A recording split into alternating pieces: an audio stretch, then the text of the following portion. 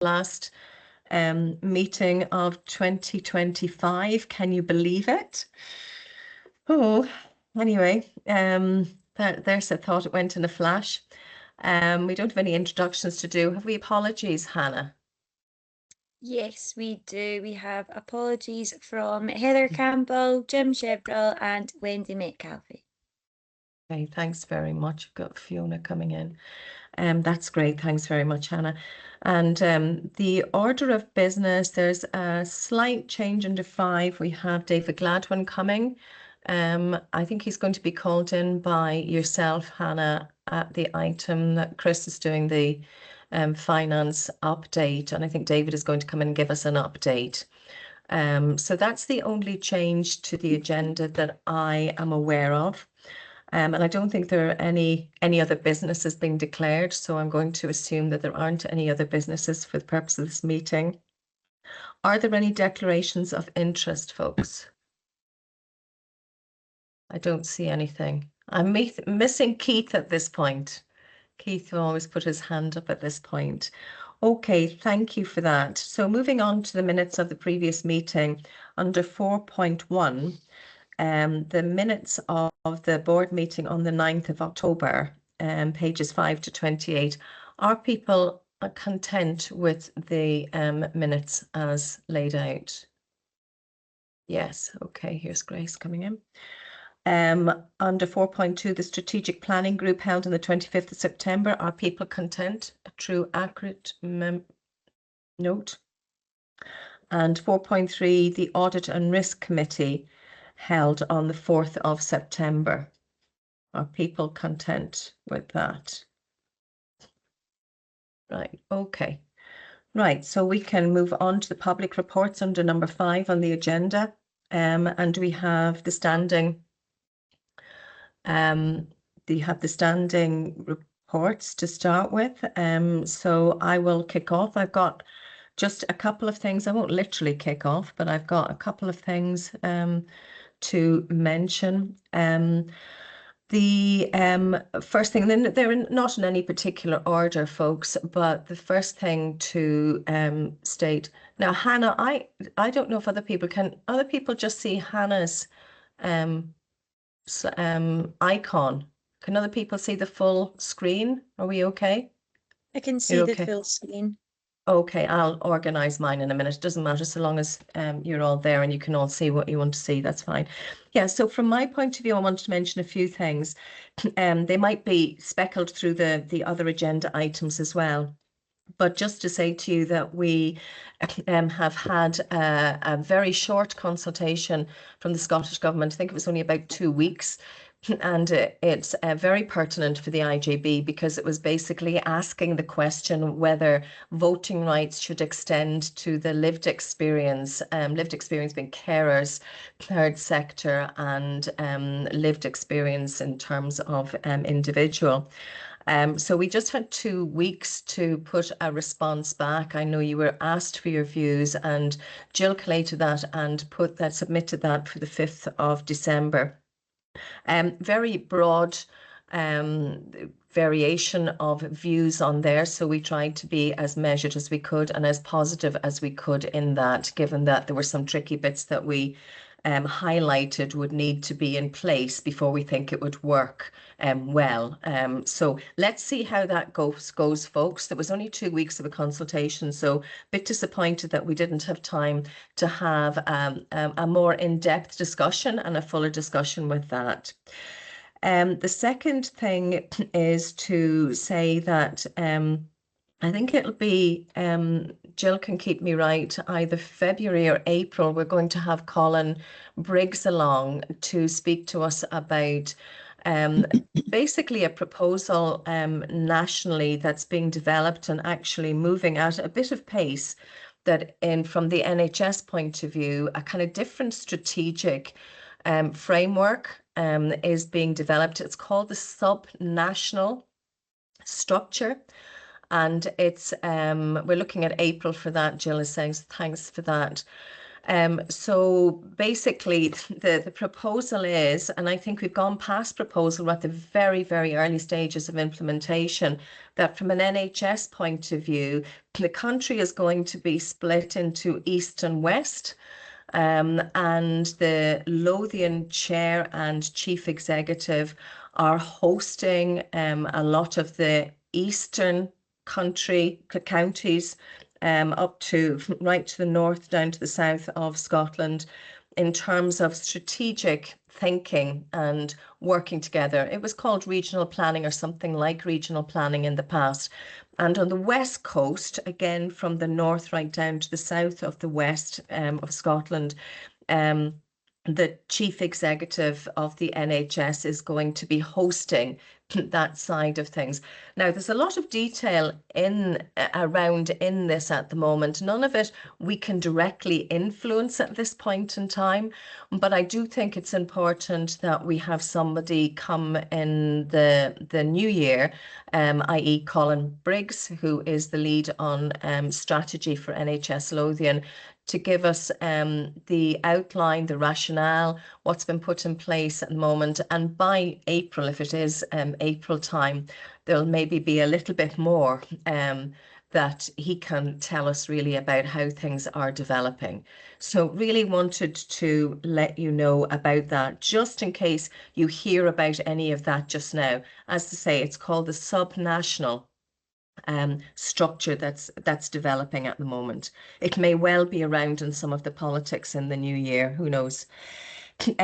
So moving on, I wanted to welcome, well, we'll be welcoming Anna Beaglehall as the NHS Lothian registered medical practitioner to the IJB. Anna will start with us towards the end of December, so her first meeting will be in the new year. We will also have George Gordon moving to us for 12 months from the 1st of January. Now, these are two people who are coming, but of course we have somebody who's leaving us, and Andrew Fleming will be leaving us. This is his last meeting today.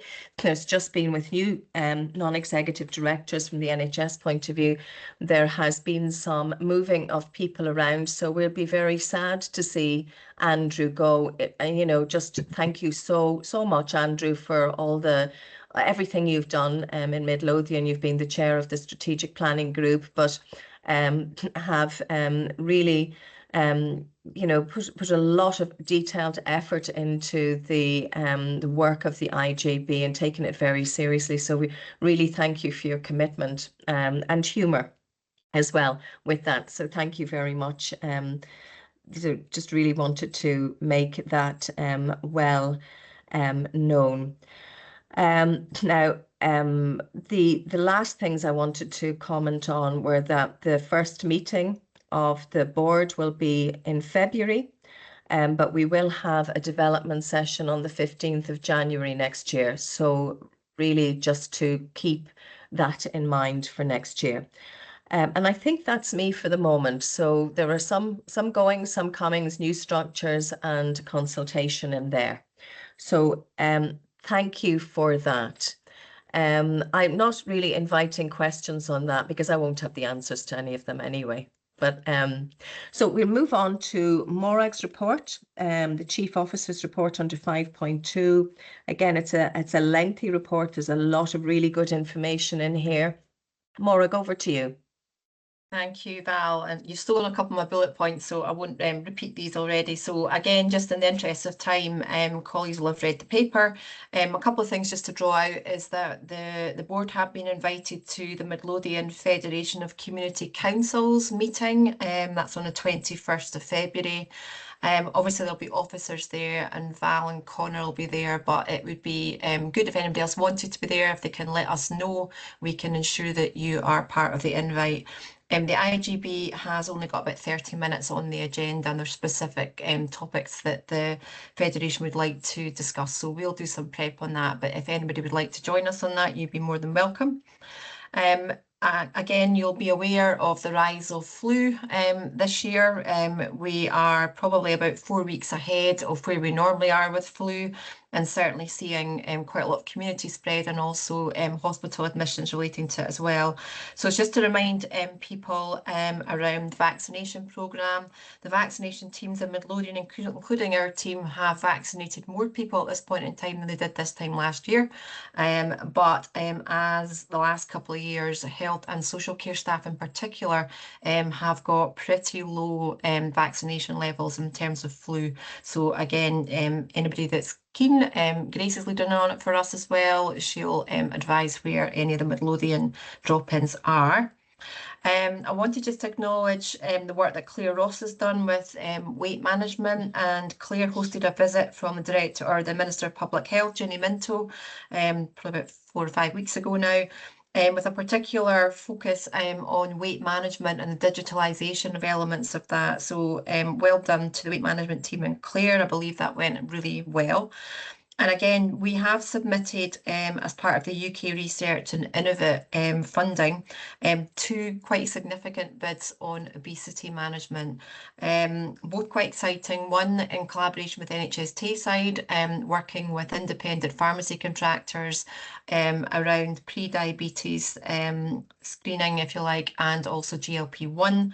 And another one looking or primarily working with our own weight management service within NHS Lothian, but also in collaboration with the Royal Air Force around digitalisation of that weight management pathway.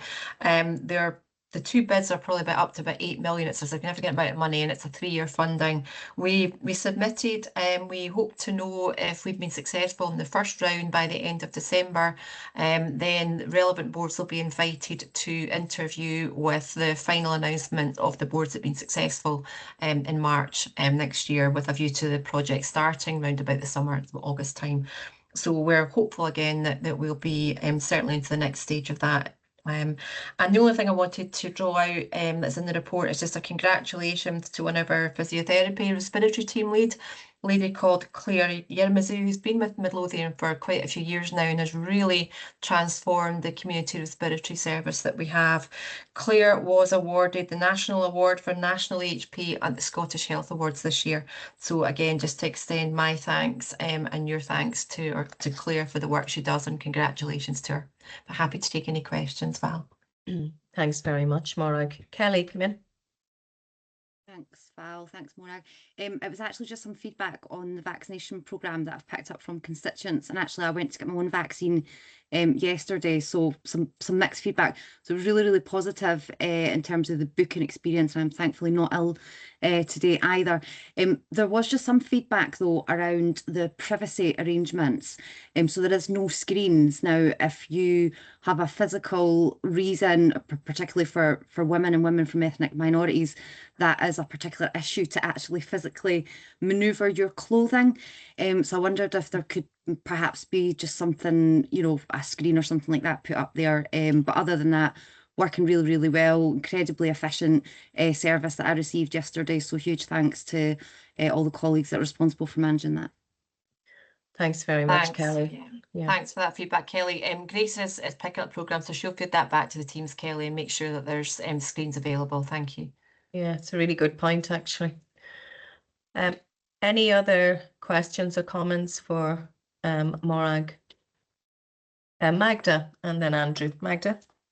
Just quickly, also about the vaccination. Is it correct that the third sector workers who are working with elderly are eligible for free vaccination? Is that the case? We've had discussions in the team regarding the rise of the flu cases, and we were wondering about the eligibility. Sure. Thanks, Magda. Magda, I can't answer that, but Grace, do you know the answer to that? I'll double check that because it's changed a couple of times this year. So changed at the beginning of the year and changed at the end. So I'll just double check that, Magda, and I'll come straight back to you after the meeting. Yeah, no, that's great. Thank you very much for that. Thanks, Grace. Andrew? Thanks, Val. And also just another follow-up on the vaccination programme. It was just a question. I see the Cabinet Secretary wrote to accelerate the programme.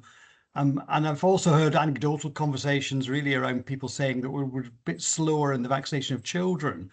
I'm just wondering, is that true? Is that fair? Given that they are big incubators, our lovely children. I just wondered around that, and how easy is it now for us to accelerate a program, which I imagine is really difficult to accelerate it if you've not had a bit of foresight around it. I'm just wondering if that's a learning point for moving forward as well. That's Yeah, I really, mean, and I'll also, come in initially and then I'll let Grace come in on this, Andrew. So you're absolutely right. And we probably get this acceleration later each year, but we can only vaccinate with the planned workforce that we have. So whilst the teams are doing everything they can to make it accessible and different venues, pop-ups and so on as well, we are where we are, if you like, with our capacity, but we are ahead generally than we were, as I said, this time last year. So we've vaccinated more people. So you could possibly say that is some acceleration, but I think the position that Lothian are taking, I know the position that Lothian are taking, is that the plan is the plan. We can't magic more people to come in. There is a little bit about vaccination readiness. Grace will probably talk about this, and I say particularly around health and social care staff as well, but we are seeing a little bit of that in the public too. So the answer is that we are doing everything we can, but we've only got the workforce we can, but we are still ahead of the game numbers wise. But Grace, you've been breathing this for the last couple of weeks, so I'll let you come in. Yeah. Thanks, Monag. So, Andrew, we were actually able to increase our offer by going out to walk-ins quite quickly a few weeks ago. And the reason we were able to do that was we've vaccinated slightly differently this year. So when people have been offered the opportunity to come and lettered, we've lettered the people that generally come for a vaccine. And Andrew's now run off. And we've lettered the people that normally come for a vaccine first, and then the people that haven't been showing up for a vaccine in the past, so our did not attend group of vaccinated patients, we've lettered them second. So it means that we actually do have capacity because we weren't expecting all those people. So we do have some capacity in the system. You asked about children. So children are not vaccinated. They're vaccinated by the school nursing team, and that's the central team. And the children were vaccinated at school, and if they were off that day, there's a mop-up clinic. So there are mop-up clinics happening. I think the final mop-up clinics are the 19th of December, so next Friday for children, and those have been fitted in. So as long as a child's not regularly off school, they can be seen at the mop-up clinics within the school. So we always run mop-ups, and we run mop-ups within care homes, and we run mop-ups within our housebounds as well. So if we don't, I know this is going to sound daft, but if we don't get a housebound person in the house, which sometimes happens, we will go back and see that person. We won't just leave them. I'm getting a smile from Amjad there about housebound people that are not housebound. So we have done a lot of work to clean that list up though. So there is an ability there. So if we have anyone, our main difficulty in vaccination this year has been because of the changes. As I've said, we've had changes in our criteria around who is vaccinated and who isn't vaccinated for COVID. That's caused us a little bit of problems. So we've had lots of inquiries coming in, and I've been dealing with a lot of them this week, with people concerned that they've tried to get a vaccination and they haven't been able to. And I think it's really difficult for our teams, because if someone is not on a vaccination list, we cannot vaccinate them because we work to PGD. So we work to a list of people who have been checked against the criteria, that they meet the criteria for the vaccine, and we can't vaccinate someone who's not on that list because it actually breaches our clinical guidance. So we're having to tell people that they need to go back to their GPs and have the conversation with their GPs. And that's really difficult for the patients. I totally appreciate that for the patients. And it's also really difficult for the staff, because they're getting the fielding the phone calls for these individuals who are clearly very anxious, particularly with increase in flu, and that causes an extra pressure into the system for us, Andrew. So yeah, it's been a bit of a focus, and as Morag said, particularly the last 72 hours, I think I've been vaccinating in my head, I think, how we go. But we just need to keep trying to push forward and try and get as many people vaccinated as we can. Thanks very much, Grace. And Andrew's giving you a thumbs up. Amjad, come in.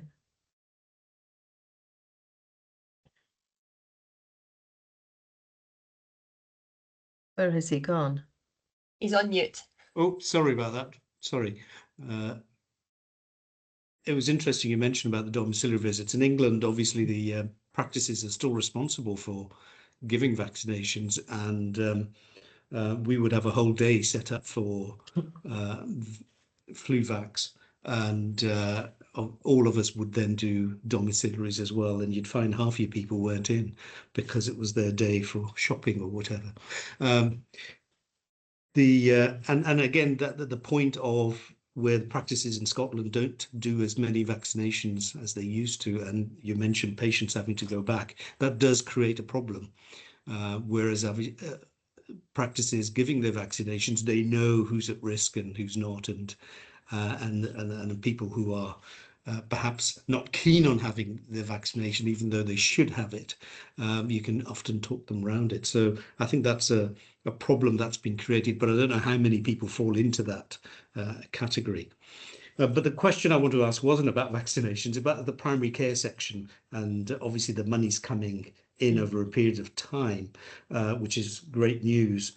But it was more the reference about the walk-in centres being dropped, and no further detail. And I thought they were very keen on taking those forward, presumably following England's lead, where they're setting up neighbourhood centres as well, going one step further. Any further information on those sort of areas in Scotland at all, Morag? Yeah, so I met with Tracy McKigan, who's Primary Care Director for Lothian, and the first one for Lothian is going to be around Wester Hailes. So, and it's primarily because Wester Hailes have got capacity in terms of their footprint. So she's working that up just now. They're going to use a model as it sits as part of the Lothian Unscheduled Care Service. They're working through their processes and who they will take, because there'll be a radius of people, geographical radius around that. But obviously some people will pitch up, they're not there. So they're working through some of these kind of standard operating procedures around it. There is an opportunity, I think, if they find this to be successful, because you'll be aware that some of the evidence doesn't show it's that successful. They will possibly look at having one in each area, but they're setting this one up first to kind of learn from that, Amjad, and to also understand what the funding requirements are, because as you know, there's not much Scottish Government funding around for anything just now. So to try and work through that as well. But Wester Hailes, there'll be comms will come out via Lothian, but Wester Hailes will be the first one for us. Thanks very much, Morag. No more questions just now. There's an awful lot of really good stuff in the report this time. Not that there isn't usually, but there is a lot of, awards, etc. So I just wonder if staff can just generally, rather than go through everything in the interest of time, rather than go through and highlight everything, could staff feedback from the IJB a very big thank you for 2025 for all the work that they have done, whether it's justice service, primary care, the engagement piece was great. And I wonder, Hannah, if somebody from Democratic Services, and I'm quite happy to do it myself, could pop a little note to Claire, who won the health award. It's just so great to get that recognition for Midlothian. I know there were a couple of NHS awards as well, but Midlothian are standing up there. So I just wonder if we could just drop her a note to say that she was recognised at the IJB, and a big congratulations from us. Morag, thank you all senior team for everything that you've done in the last year. There's just, I mean, I know there are a lot of challenges, but let's face it, there's a lot of really good stuff in this, and I know people are working really hard. So, Morag, we just note the report just now, so we're noting and congratulating and acknowledging all the bits and pieces that are in there that we need to carry on working with. So thank you very much for that. So just moving on, folks, to 5.3, the strategic planning group. Is there an update, Andrew, from yourself or Jill? Just very briefly. So I'll provide a brief update, Val, as my Thank you. swan song, Your swan song. and to say goodbye to you all. And thank you for working with me and being such pleasurable colleagues too. So thank you for that. I suppose the focus was on about 6 items, which I'll just very briefly rattle through at the last SPG. There was the Midlothian IJB strategic plan update, which is obviously over 10 years. So we were looking at the baseline position, the short, the medium and long-term aims, and we were beginning to prepare that with a particular focus, I suppose, for the directions that are coming along, which is the second item. And we're looking at that and we're reviewing those at the moment, and that is ongoing. I think one of the things, a common theme that was through the SPG was there's a lot of work on, Val, and I think you alluded to that there. And there's an issue around using every opportunity to make sure we prioritize the work, to make sure we're doing the things we need to do and managing that effectively. And that's a plea was made when we're looking at the directions to just think about the time frame and priority order of those as well. We also talked about the medium-term financial plan and had a discussion around that, which which is anticipated to be presented to the IGB in March. We also had an update on the IGB transformation and change activities, and again, a lot of work going on there, very complicated, lots of interrelationships going on there, and a sort of a plea there around we just need to be careful how much we're taking on to make sure we can actually deliver against that.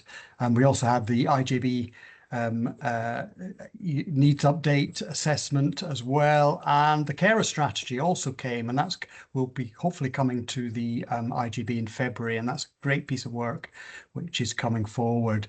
I think the main risks for us were really around managing business as usual against transformational activity, and also the more immediate financial recovery actions we're talking about taking and trying to manage that. And that's possibly the most important issue there for us around that. And I think that's probably all I'd want to say. Jill, have I missed anything? Are you okay with that? There's a lot in there. There's a lot in there.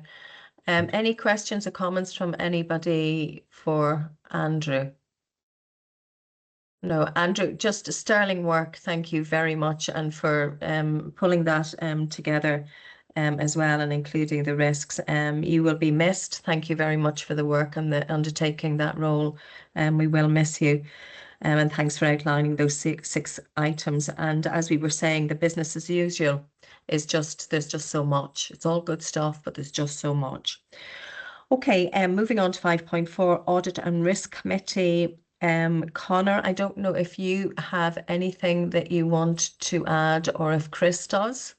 Just brief. Obviously the usual suspects came back to A&R, but the one thing I wanted to mention is when we covered the risk register, we had an in-depth discussion about it, including the risk rating and the mitigating strategies that come with them.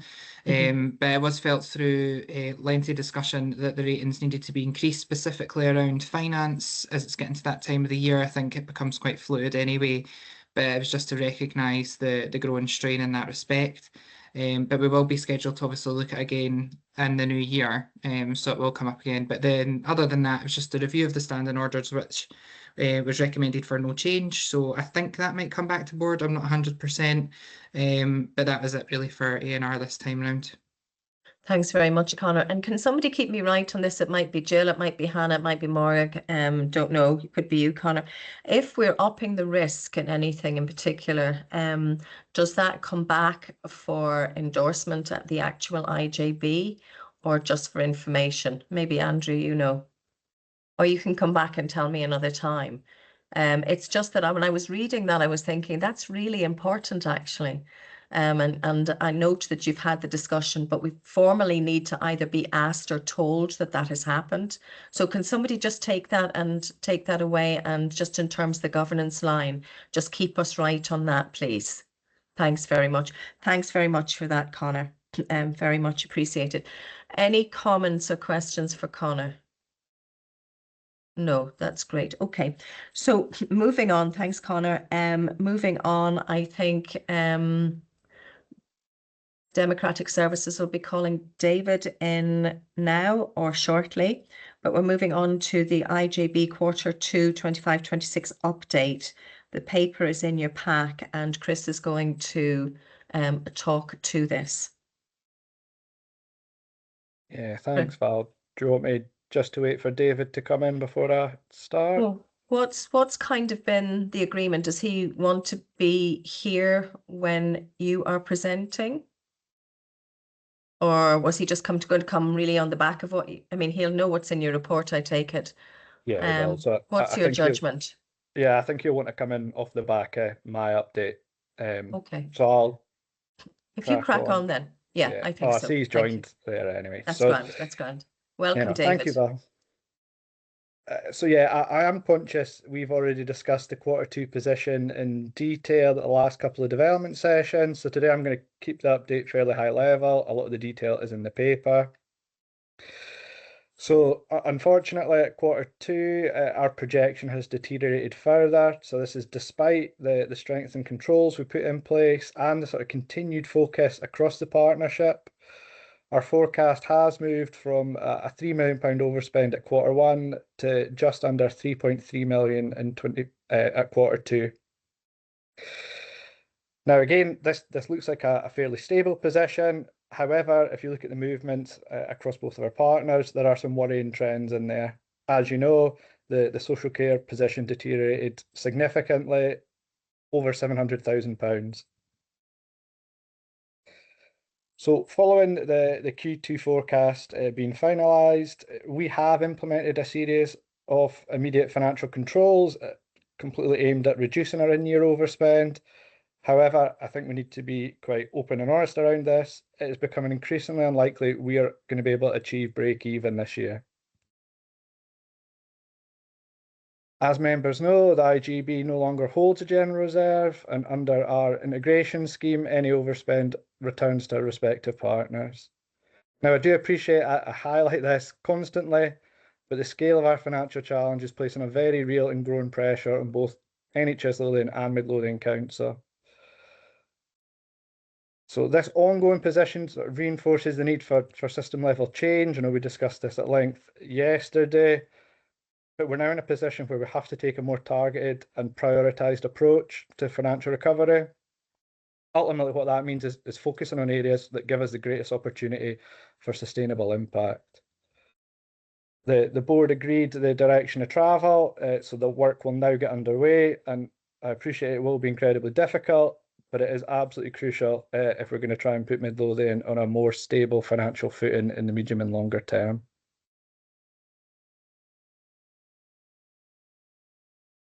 So that's me, Val. Appreciate it's quite high level today.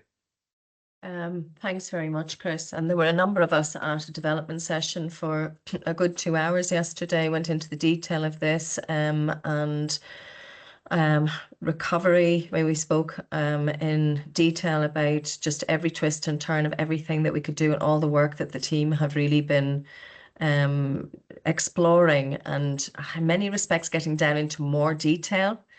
I haven't got anything in particular.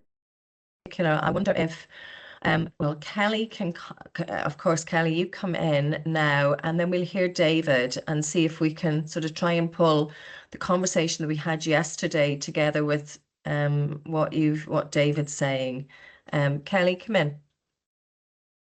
Thanks, Val and Chris and David as well for whatever he's coming to say. I guess, Chris, this is like the $64 million question. I appreciate what the scheme of integration says around the partners would then be liable for any overspend. However, the council's financial position is incredibly challenging, and at some point that might overtake. Essentially, you can't get blood out of stone. I guess is the blunt terminology. So I wonder, what is the plan B? And it's maybe a question to both you and David.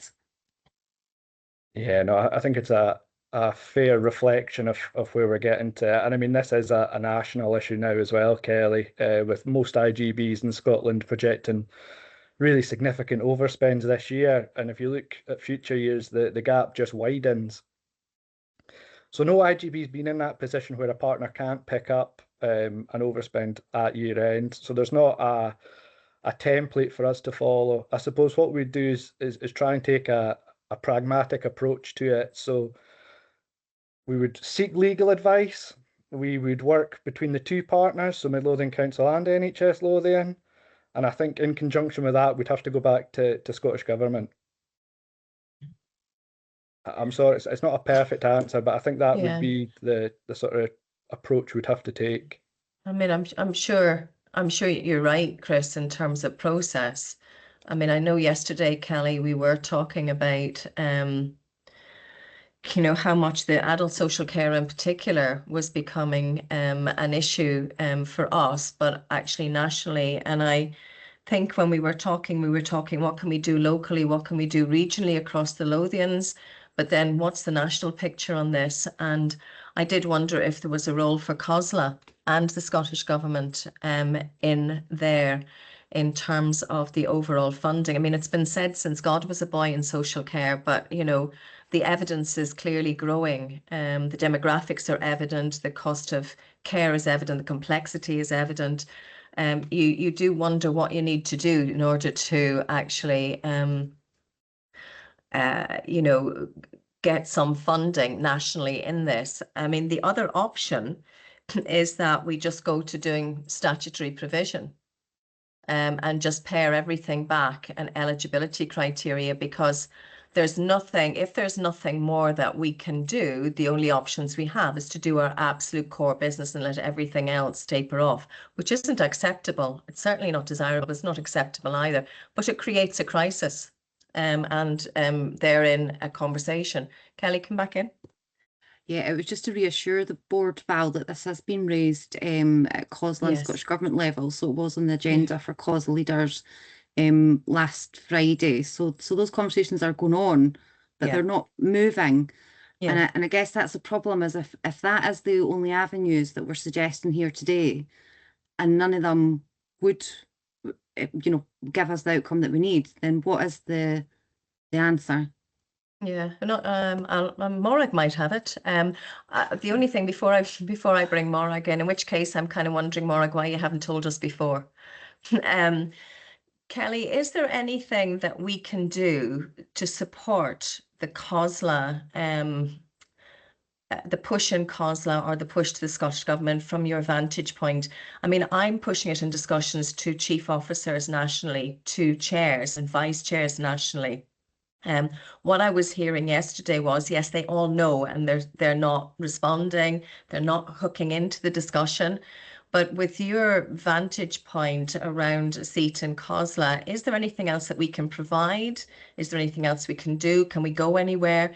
Any advice like that, we'd be very happy to take it, to create the pressure, I guess. Somebody has to start listening to this soon. Sorry, can I take Kelly's response and then come to you, Morag?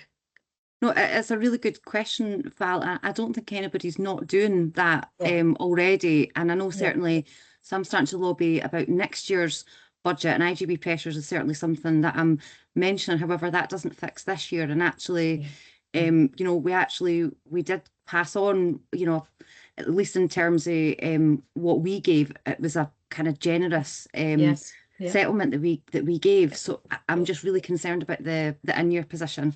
But I've probably said enough on that, and I know that Morag and Derek and David might want to add.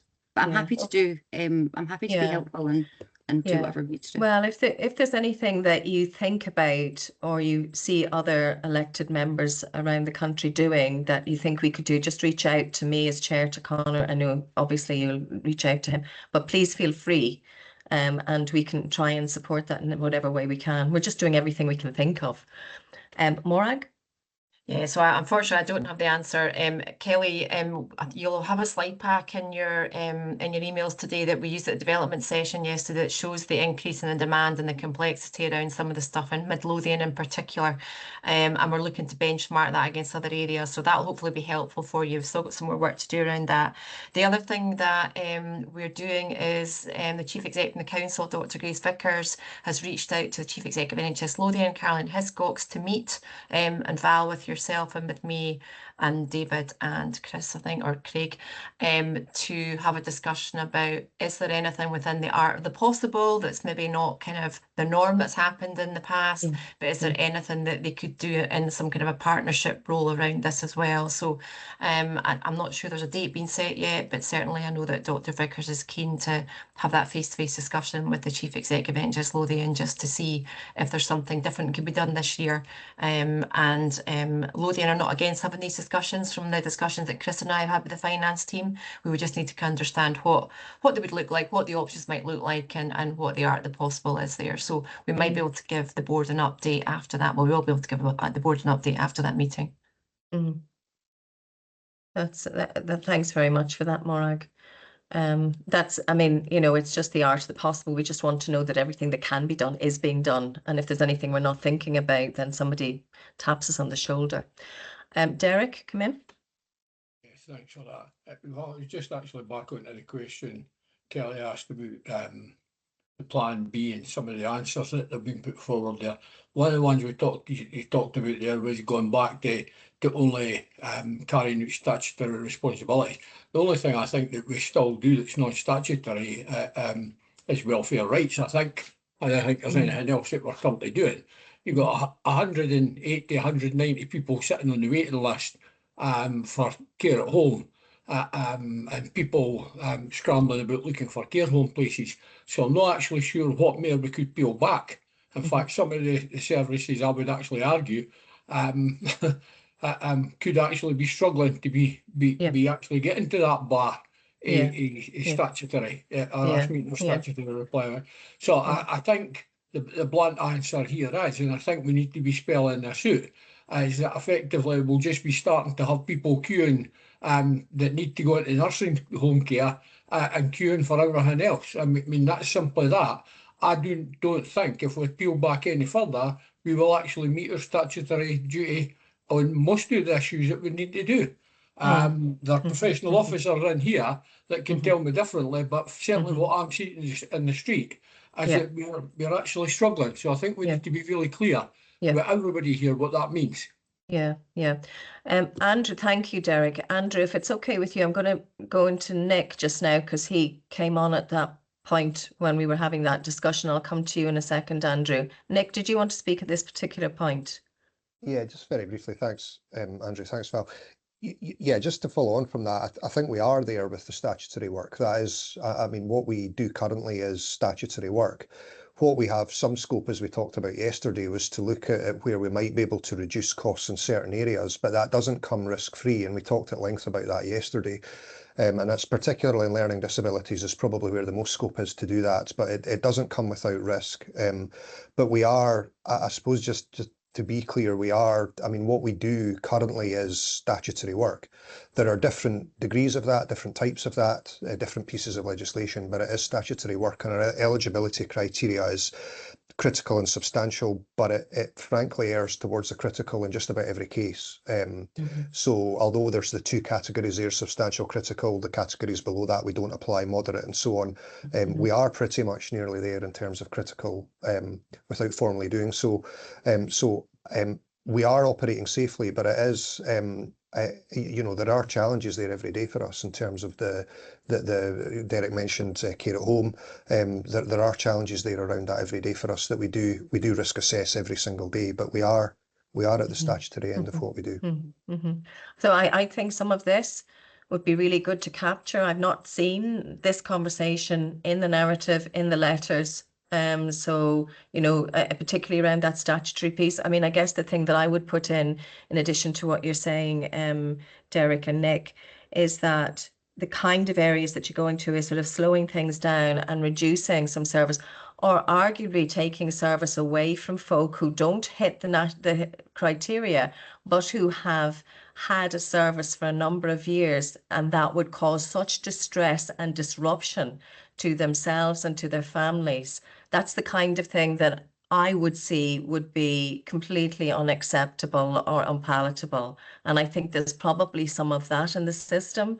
But yeah, I mean, I think maybe we're getting to the point of starting to put these stark realities into a letter. Thank you for that, Nick. Andrew. Thanks, Val. And of course, the immediate issue is the immediate overspend and what we do about that. And I absolutely get that. But I did want to also just not lose sight of the difficulty that the team have here in managing an overspend with the financial systems they've got. And we've got a perfect storm here of increasing demand and increasing cost happening, but also a system of reconciliation that means we are months after the event before we actually understand the impact of that. So I think it's really just to council officials that can we look at the tools that we're using around this? And I appreciate that's not an immediate thing, but it does make it harder to take any immediate action. We're now 3/4 of the way through the year, at which point we're now about to embark about change. And that makes those changes so much more harder to do. So I think it was just, I just wanted to make that plea there, and we don't lose sight of the systems we're using here to help the team manage difficult circumstances. Thanks. Yeah, thanks for that, Andrew. This has been raised, starting to be raised in a number of meetings now, and I think David might well have something to add to this. I know that David and his team are incredibly supportive. I know that we get what we can and everybody is being very reasonable, but I think, as you say, the information that we have is that the data is just coming far too late. And the systems are not helping because they're manual. And it's not just for now, it's been for a while, but it's not going to get any better. It's going to get, you know, the need is going to be more real time is what we'll be getting at some point. So I don't know whether, David, at some point you could maybe weave in some kind of a response to Andrew with that, or some of the members. But I think it's something that we do need to acknowledge and try and support as an IJB if we can at all. And again, that's about maybe trying to do some clever thinking in, is there anything that we can do to support that, to make that a priority, because it feels like a priority and it's being raised as a priority now on a fairly regular basis. Thank you, Andrew. No more questions. Chris, I'm going to go back to you as the presenter of this paper. Shall we just finish off your paper and then in terms of recommendations and then move to David? Is that how you want to proceed? Yeah, of course. Yeah. In terms of the recommendations, they're fairly bland today. So it was just to note the delivery of financial recovery actions. Yeah. Note the Q2 position, and then just consider the risks that are in Section 8. And I think the risks are largely what we've discussed as a group there, Val. So are people content with those recommendations? And anything else that you want to say, Chris? Are you happy to leave it at that? We'll just go on to David's piece. Yeah, I think we should let David come in. Yeah, okay, that's grand. Thank you very much, Chris. Thanks very much, folks. Not easy discussions, I know. David, you're very welcome. I hope you feel welcome with all the conversations we're having. But please come in wherever you are. Thank you, Chair. Thank you for having me and also for your late agenda juggling. I'm very conscious of your time constraints, so I won't talk at you for too long. Indeed, given the discussion that you've clearly had in previous IGBs, also, I guess, in the development session yesterday, and also where we've already ended up with some of the questions and discussion, I'm going to just go a bit free and easy with what I plan to say, because I don't want to go over old ground. I think that's probably just a waste of everybody's time. So I was going to start with just a reflection on integration scheme and how that's played out. I'm not going to do that because I think that's clear to everybody. I will give you a run through where the council is, and I think that's probably quite valuable just to understand what the council financial projections are for the current financial year, and indeed where we are with our own MTFS and that particular journey. And then the last part I was going to focus, and it's really the question that Councillor Parry's asked about the what next, what do we do now? And that really is the kind of $1 million question here. So, and I'll come back to the systems. I've got 1 or 2 observations on that. I'll come back to that end. If I forget about that, Chair, please remind me. So in terms of where the council are at Q2, the Q2 figures will be reported on Tuesday next week. The council are currently showing an overspend of £2.6 million, with the most significant spend pressures relating to slippage and full delivery of approved savings, external residential placements for children, transport pupils to and from school, and as just mentioned, a £2.2 million overspend for adult social care, which I'm projecting to be fully funded in the council's projections. Overspends are partly offset by some significant underspends, namely borrowing costs, mainly as a consequence of slippage in our capital programmes, lower school pupil numbers than projected when the budget was set, and the continued success of our Alpine coaster at Hill End. The project overspend places further pressure on council reserves, and this is really the nub of the problem. The non-earmarked of our general reserve is now bang on the 2% required by our reserve strategy, and any increase in the projected overspend over the currency of this year will invoke immediate recovery action for council to reinstate reserves at 2%. And this will form an essential part of the budget discussions at in February to set a balanced budget as required by statute. So very much right on the margin with that, and very little wriggle room. Moving on to future years, we're currently projecting a budget gap of £6.5 million in 26-27, and that rises to just over £10 million in 28-29. As ever with financial projections looking forward, there's a number of key assumptions. Council tax increases of 9%, 26-27, 8% the following year, and 5% in the year after that. A continuation of the household growth in Midlothian, along with planning projections, flat cash Scottish Government grant with an assumption that any new or enhanced policy change will be fully funded. Pay inflation in 26-27 as agreed, with 3% rises thereafter. Demographic cost increases relating to some service areas, and particularly school pupils, and borrowing costs in line with our most up-to-date approved version of our capital plan. Specifically for the IGB, and I suppose this is the most important point for this forum today, there's full funding in there for pay increases and all the on-costs that come with pay increases, so expectation that will be passed across.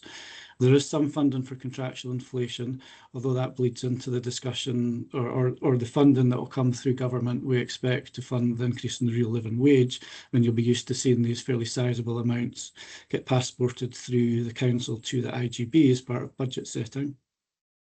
And also an assumption that the one-off element of the £4.1 million that was added to last year's IGB budget, so one-off element of £1.1 million drops back off because it was non-recurring. Now, clearly that brings with it a challenge. Projections don't include any further demographic increases for the IGB, and that's flagged as a key risk and an essential part of the conversation for elected members as part of next year's budget setting. However, at this stage, it's worth reflecting that all of this is without sight of the Scottish Government budget for 26-27, which we'll get on the 13th of January. And also worth bearing in mind that the Scottish Government grant equates to approximately 80% of external council funding. So a huge gearing impact of any change in that grant. So very difficult at this stage to plan with any degree of certainty. It's certainly clear to all the financial pressures in adult social care space and across Scotland. Councillor Parry, I think, referred to the COSLA lobbying that's ongoing. And there is, it's been mentioned that certainly Section 95 officer meetings, both in the IGB space and also in the council space, and there's all sorts of other discussions going on. But as yet, there's not been any additional in-year funding, and there is, as far as I'm aware, no commitment from the government to provide any additional funding in 26-27. We very much remain hopeful for both. So I was going to circle back to the integration scheme and where this might play out. But I think Councillor Parry made that point really well, and others picked that up. We really are getting to a stage where it's becoming increasingly difficult and potentially impossible in future years for the council just to pick up any overspends in the IGB space through unplanned utilisation of reserves. Those reserves simply don't exist anymore. And what the way I keep explaining this to council, not particularly in an IGB space, but just generally, is that without significant change, and by that I mean transformation programs, income generation, recovery plans, cuts, we're getting closer and closer to what I call the cliff edge. And that cliff edge will come until we get to a stage, unless we get to a stage, sorry, where recurrent income and recurrent expenditure are aligned. And I guess the read across to the IGB there, and particularly in the last 2 years, sorry, or this year and last year, not the year before, is that unplanned utilisation of reserves, which has taken council, just continuing that analogy, all things being equal, a few steps closer to that cliff edge through the use of reserves. In terms of what happens next, yeah, Chris, I think maybe gave some thoughts on that, and I don't think there is an answer. When I looked at the integration scheme yesterday as a little bit of preparation for this, and for me it takes us automatically into what I think is the resolution process and straight away to Scottish Government intervention. So we're in, if we get to a place where partners, namely the council in this forum, can't fund the overspend, then I think we're in a space the government will come in and do something. I don't know that, and it's impossible to see how that will play out in practice. But that's logically where the integration scheme takes us, and I can't see any other obvious solution to that, because it's going to be very, very difficult for the council to make deep and quick cuts at short notice to fund an overspend in the IGB. So very challenging times just to try and balance everything. I think that's probably all I wanted to say at this stage. Maybe come back to any specific questions before I fall into the trap of just rabbiting on a little bit. I'll come back to the systems question now. I have to say I'm slightly puzzled by that question, if I'm being honest. Now, I think it would be useful being very clear what the source of that question is. We have had challenges where we've struggled to project the costs in the resource panel. That has been as a consequence of not having data and not having commitments recorded in the resource panel, in Mosaic for the resource panel spend. That's in a very different place now. I know predominantly I'm looking at Nick and Fiona on the screen, you won't see that, but there's been a huge amount of work in that space, and we're in a completely different place now from where we were a year, 18 months ago. And I know that my team and colleagues in the partnership are now using that information to make what we feel are pretty good projections. It's not perfect, and there still are challenges getting invoices paid and one or two other things, but we're in a markedly different place. But maybe, Andrew, just to go back to your observation, we're 9 months into the year. You're absolutely right. But we did project a significant overspend at Q1, and we weren't 9 months into the year at Q1. So this isn't an issue that's just come under our noses today. This is something that we've known about for a while. Indeed, probably, if I'm being honest, should have expected at the start of the financial year, given where we ended up last year.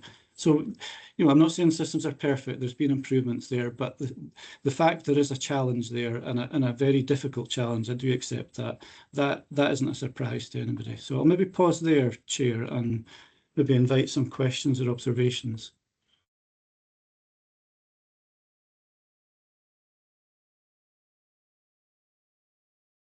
Sorry, thanks very much for that, David. Will we, I don't want to get into the weeds and seeds of things too much, but should we take the systems bit first? Andrew, did you want to make a comment, or Chris even, on that one? Or we could take it offline if there's sort of an initial comment to be made just now, and then we get into the finance stuff, because it's slightly different, the systems thing. I wouldn't want to dwell in this, which is a fairly detailed issue, and the bigger issue is how we meet the immediate problem. But having been on the IGB a couple of years now, this has been a fairly regular issue around trying to manage overspend situations, given you know, kind of quite late on in the system. And my understanding has been that that's partly due to the reconciliation processes that are involved in providing figures. So that's it. But I'm really happy to take that offline and have that. And it's more for Chris and colleagues, really, because they're the guys on the tools and they understand this better than me. Yeah. Okay. Thank you very much for that, Andrew. Chris. Yeah, just to come in, I think it's more just an acknowledgement that finance don't live in a perfect world. I think David and I would both love to be able to report monthly and detailed spend analysis, but the nature of the system is we do big quarterly updates, and by the time the next board comes up, there's typically a gap. So if you look at this, we're bringing Q2 in December. Now, we have tried to be proactive with that. We've brought updates to development sessions, acknowledging that we need to act quickly. I think we have made good progress in this space. And it's really just around, is there anything else we can do in terms of sensitivity analysis, etc., that'll help us in between the quarterly formal updates? Okay, so why don't we take an action to take something offline here in relation to the systems piece? Because I think that was probably got David left field a wee bit. It was a fair question, but I think it was just when David came in. So let's take that off and we'll bring anything back, anything of material that comes out of that discussion, we'll bring back to the IGB as a follow-up. Let's go back to the material issues of the finance that David has outlined from the council's point of view, the issues around the integration scheme and some of the projections. Are there any questions or comments? I mean, it's very useful to have that context, David. So thank you very much for that. You know, we do this as well. We say, well, okay, we don't have any reserves. We're actually worried that we don't have reserves. Audit Scotland is saying you need to have reserves. Where are we going to get the reserves from?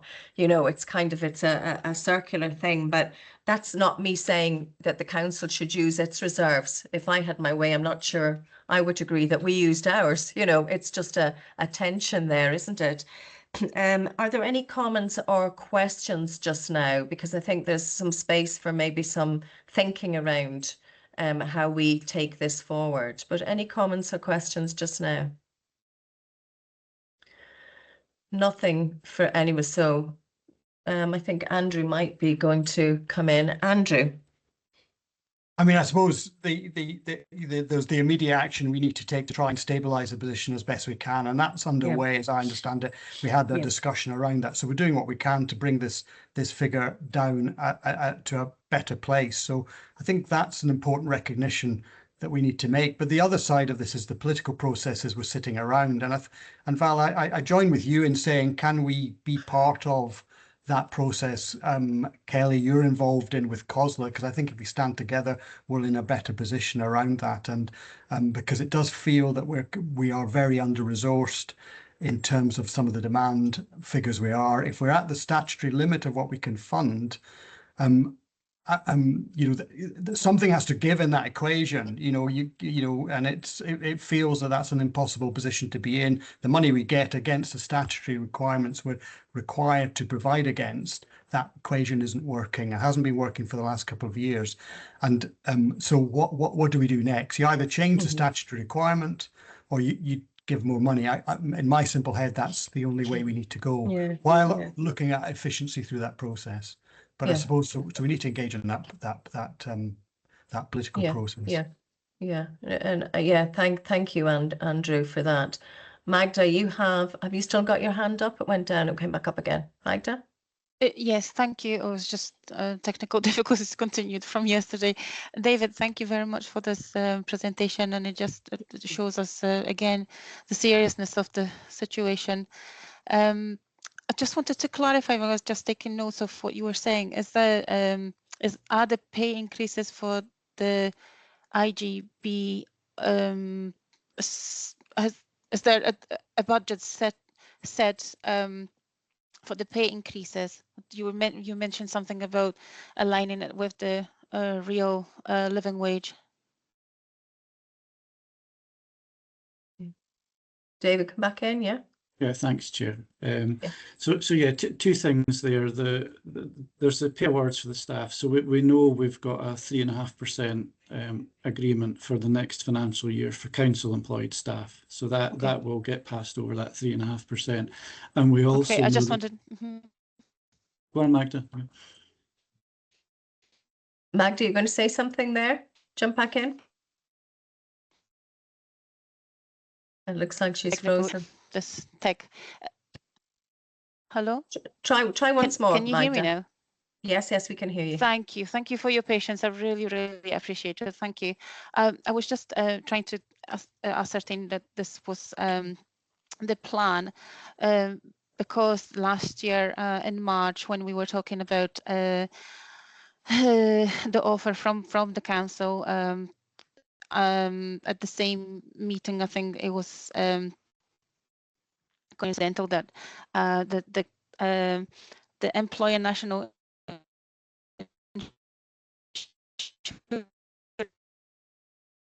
I think Magda's going to be talking about the national insurance lift. they were not.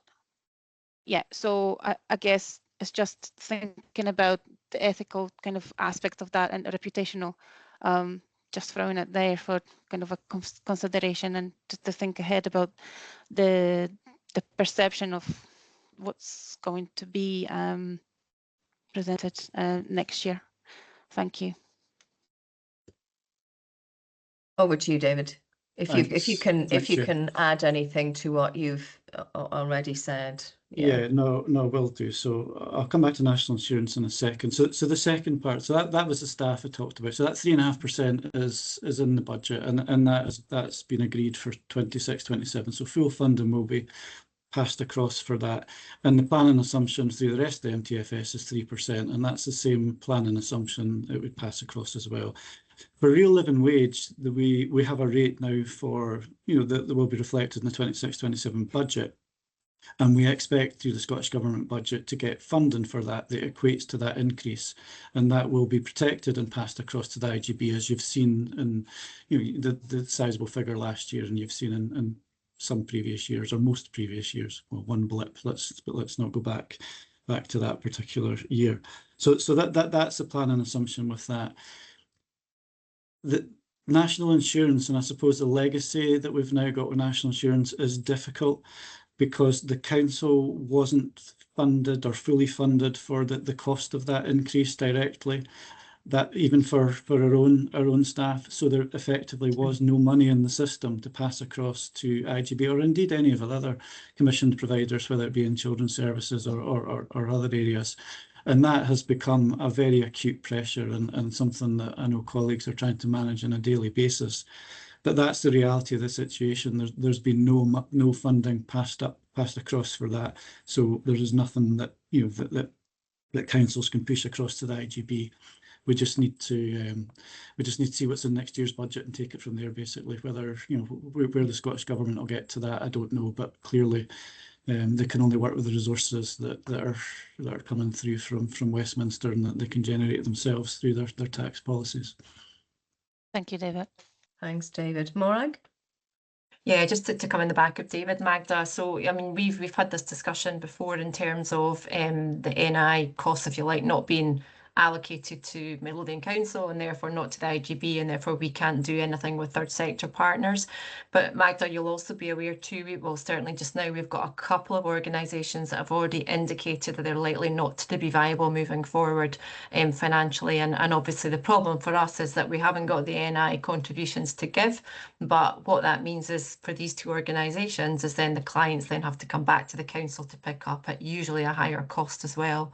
So we've got that double whammy potentially to try and manage, which we'll continue to try and work with third sector partners on, but it's tricky. Thank you, Morag. I'll get it. Thanks, Morag. Thank you, Magda and David. So no more questions there. So I guess where I'm coming to, and anybody can jump in and keep me right or whatever. I've made a couple of notes. I mean, I think that we saw evidence yesterday of the immediate action. And that is, the presentation slides can be forwarded to anybody in the IGB, I guess, Morag. but people were around and had. So there's a business as usual grip, there's the recovery, the transformational, and we signed off or certainly endorsed an approach to look at 4 big areas: the residential care, hospital at home, the packages, adults packages, care and learning disability. Yesterday, so getting big areas to look at efficiencies, different ways of doing things. So we signed that off as an approach to see where we can go with that. I mean, I think for me, we need to keep the conversations going. I welcome the conversations. I know they're tough, and it's always tough when we don't. None of us have easy or any answers that we can put to this immediate. It's kind of beyond our control, but we do need to keep talking to each other. I really welcome the partner discussion, and that Dr. Vickers has reached out to Caroline, Professor Hicks-Cox, as I give them all their titles today. You know, so it would be good if Grace and Caroline and any of us can get together and just see if there is anything creative, a little bit different, a little bit innovative, maybe more of a wider system approach to this. So that will be useful. I'm very aware of and I mean, we talked about the national sort of approach, and that's how the NHS are kind of dealing with some of their financial tensions. We also know, in terms of the brokerage that has happened in the NHS, that is no longer palatable. It's not going to work. But lucky for us, we worked within a system that tried to break even and keep to that statutory responsibility in the NHS for years. So we're working within that culture and environment, which is helpful. It's a good discipline for us. So I guess what I'm thinking is, unless anybody can think differently, and we know we're in the middle of a political cycle here, don't we? We know that we've got the budget coming up and we've got an election coming up, and they're unknowns for us completely as well. There could be a lot of movement or a little movement there. So we need to keep focused on what we can control and we can do. So my thinking is to keep the conversations, to keep the work going on everything that I've said, and see what the outcome is. Not wait for the outcome, obviously, of the partner discussion, but I think if that conversation can give us any more insight or inspiration, I would say at this point, to what we can do, then you know, I think that will be something useful to be in and around, and to push and put some leadership to. Other than that, I'm not sure. I mean, unless we go back, and I go back to my comment, and I'm not really meaning this seriously, folks, but the you know, sometimes you have to create a crisis for things to be taken seriously. And I'm not going to go rehearse what that would mean. And we would be part of that discussion. But if we're at the cliff edge, as David describes, we're all describing this in different ways, in a sense: eligibility, withdrawing services, pulling back, slowing down. We need to have a very serious discussion about that. I mean, the shape of adult social care in Scotland is really not looking good if we're actually seriously going to be talking like that. I think most other avenues have kind of dried up for us. It's not for the will or the want to actually try to make this work. I'm going to stop talking now.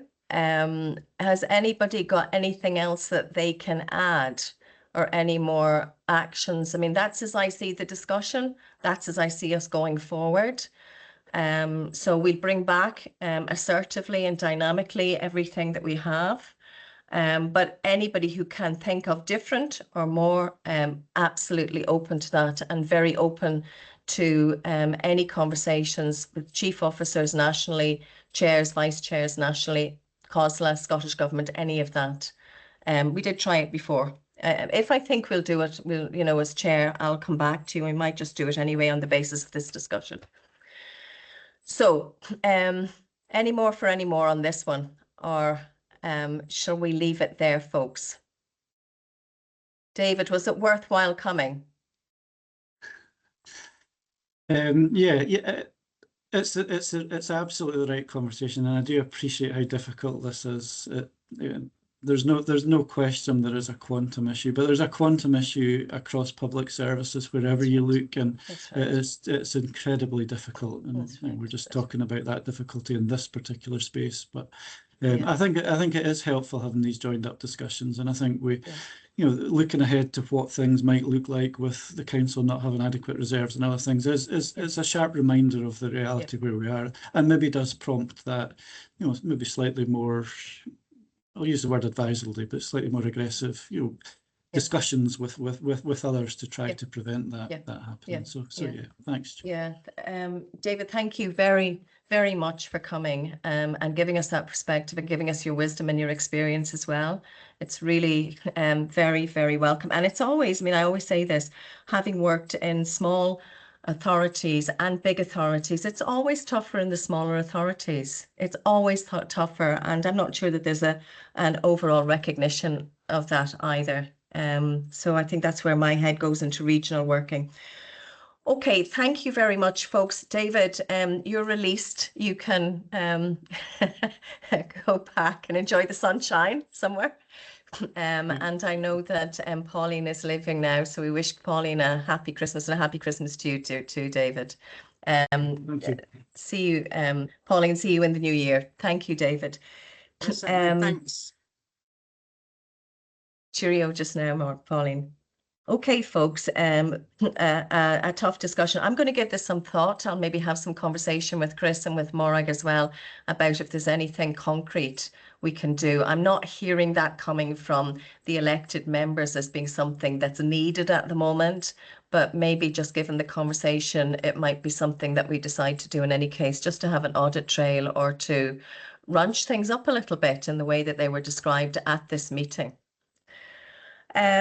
Okay, so we're going to leave finance behind us now, folks. We're a little bit behind time. It was an additional agenda item. We did need to do it. It's very important. I make no apology. But I am sorry that we're leading into Mr. Claytor's time in this. So we'll try and get, I know there are 2 or 3 items here, Nick. I think you have most of the rest of the agenda time. So if you can manage that, I know you will do reasonably well. If we start out, Nick, with the oh no, we've got performance to do first. Sorry, none of you were going to keep me right until I went wrong there, were you? Right, sorry about that. I'm getting carried away with the finance. So 5.6 we have, I think Eloise just joined a little while ago. So we have the performance paper. Eloise, over to you, and we'll try and deal with this the best way we can. Thank you very much for that, and thank you for the very full report. It really was very interesting. Over to you, Eloise. Thanks, Chair. Afternoon, everyone. I will be super brief. It sounds like you've had quite a heavy afternoon already. What you'll see from the paper and the report is that we have reordered the content in alignment with the performance framework for 2025 to 28.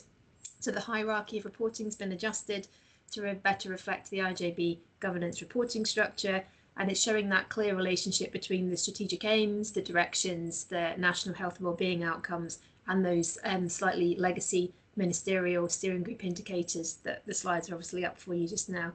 I think the point to make is that we haven't reduced the focus on those MSGs, but we've given them a place that's more proportionate in terms of that whole system approach to measurement, given that obviously set aside services are something we need to keep an eye on, but they're obviously not the core business that the IJB will be wanting to discuss. So within the paper, you'll have had the detail around the 2 appendices. So obviously one of those is the MSG indicators, which are in a new format now. So our colleagues at the LIST team nationally have taken on board all of our feedback around some of the challenges of clarity around those graphics in terms of the images. They've reworked their dashboard, so what you've got this month is the first test of that new look dashboard, and they've been incredibly responsive to further feedback around that. I was really pleased to see that move to the data over time. I think it's a much more helpful presentation of the performance. But more importantly is Appendix 1, which is the update to the strategic governance map. And for this report, we focus on column 2, which talks about the who with of those 6 questions. So it's obviously yourselves being part of that in terms of IJB membership. It's around the HSCP officers, and then it's around the people and communities of Midlothian. So in terms of this afternoon, what we're asking the board is to have reviewed the progress and evidence within that column 2 update, to endorse the ratings that we've given them around the progress and the confidence in the quality of the evidence, and obviously noting the performance of those MSG indicators just for the kind of audit trail, to make sure that we don't take our eye off the wider system data. Thanks, Chair.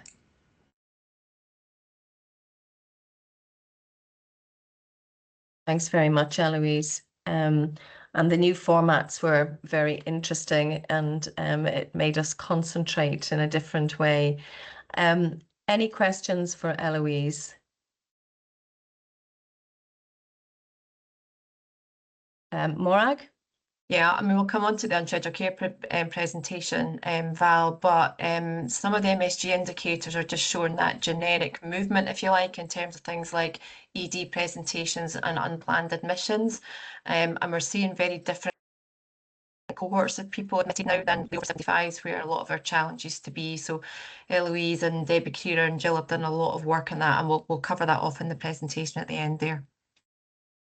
Okay, that's great. Of course, that's grand. Thank you. I thought the work on column 2 was really useful, Eloise, and I know we had the development session around that. So I think, I mean, it's very full, the information. So I think I'm going to have a conversation maybe with yourself and Jill in the new year about the SPG angle on who we do business with. So that was the only thing that I would pick up. So I don't see any other questions just now. I think the performance is there. We're doing well generally around. We've got a couple of areas, but generally we're doing really well. And Maura can pick that up on the unscheduled care piece. Are we content with the recommendations as laid out by Eloise? Yes. Okay, folks. So we will move on now to 5.7, which is the East to Mid and East Lothian Drug and Alcohol Partnership presentation from Nick. Thank you. Thank you, Val, and thanks, Louise.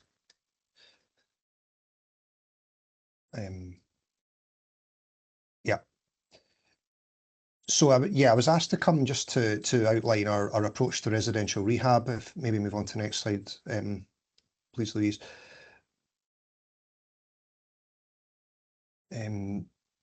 So essentially, our main rehab facility that we use is called LEAP, or Lothian and Edinburgh Abstinence Programme. It's based at the old Astley Ainsley.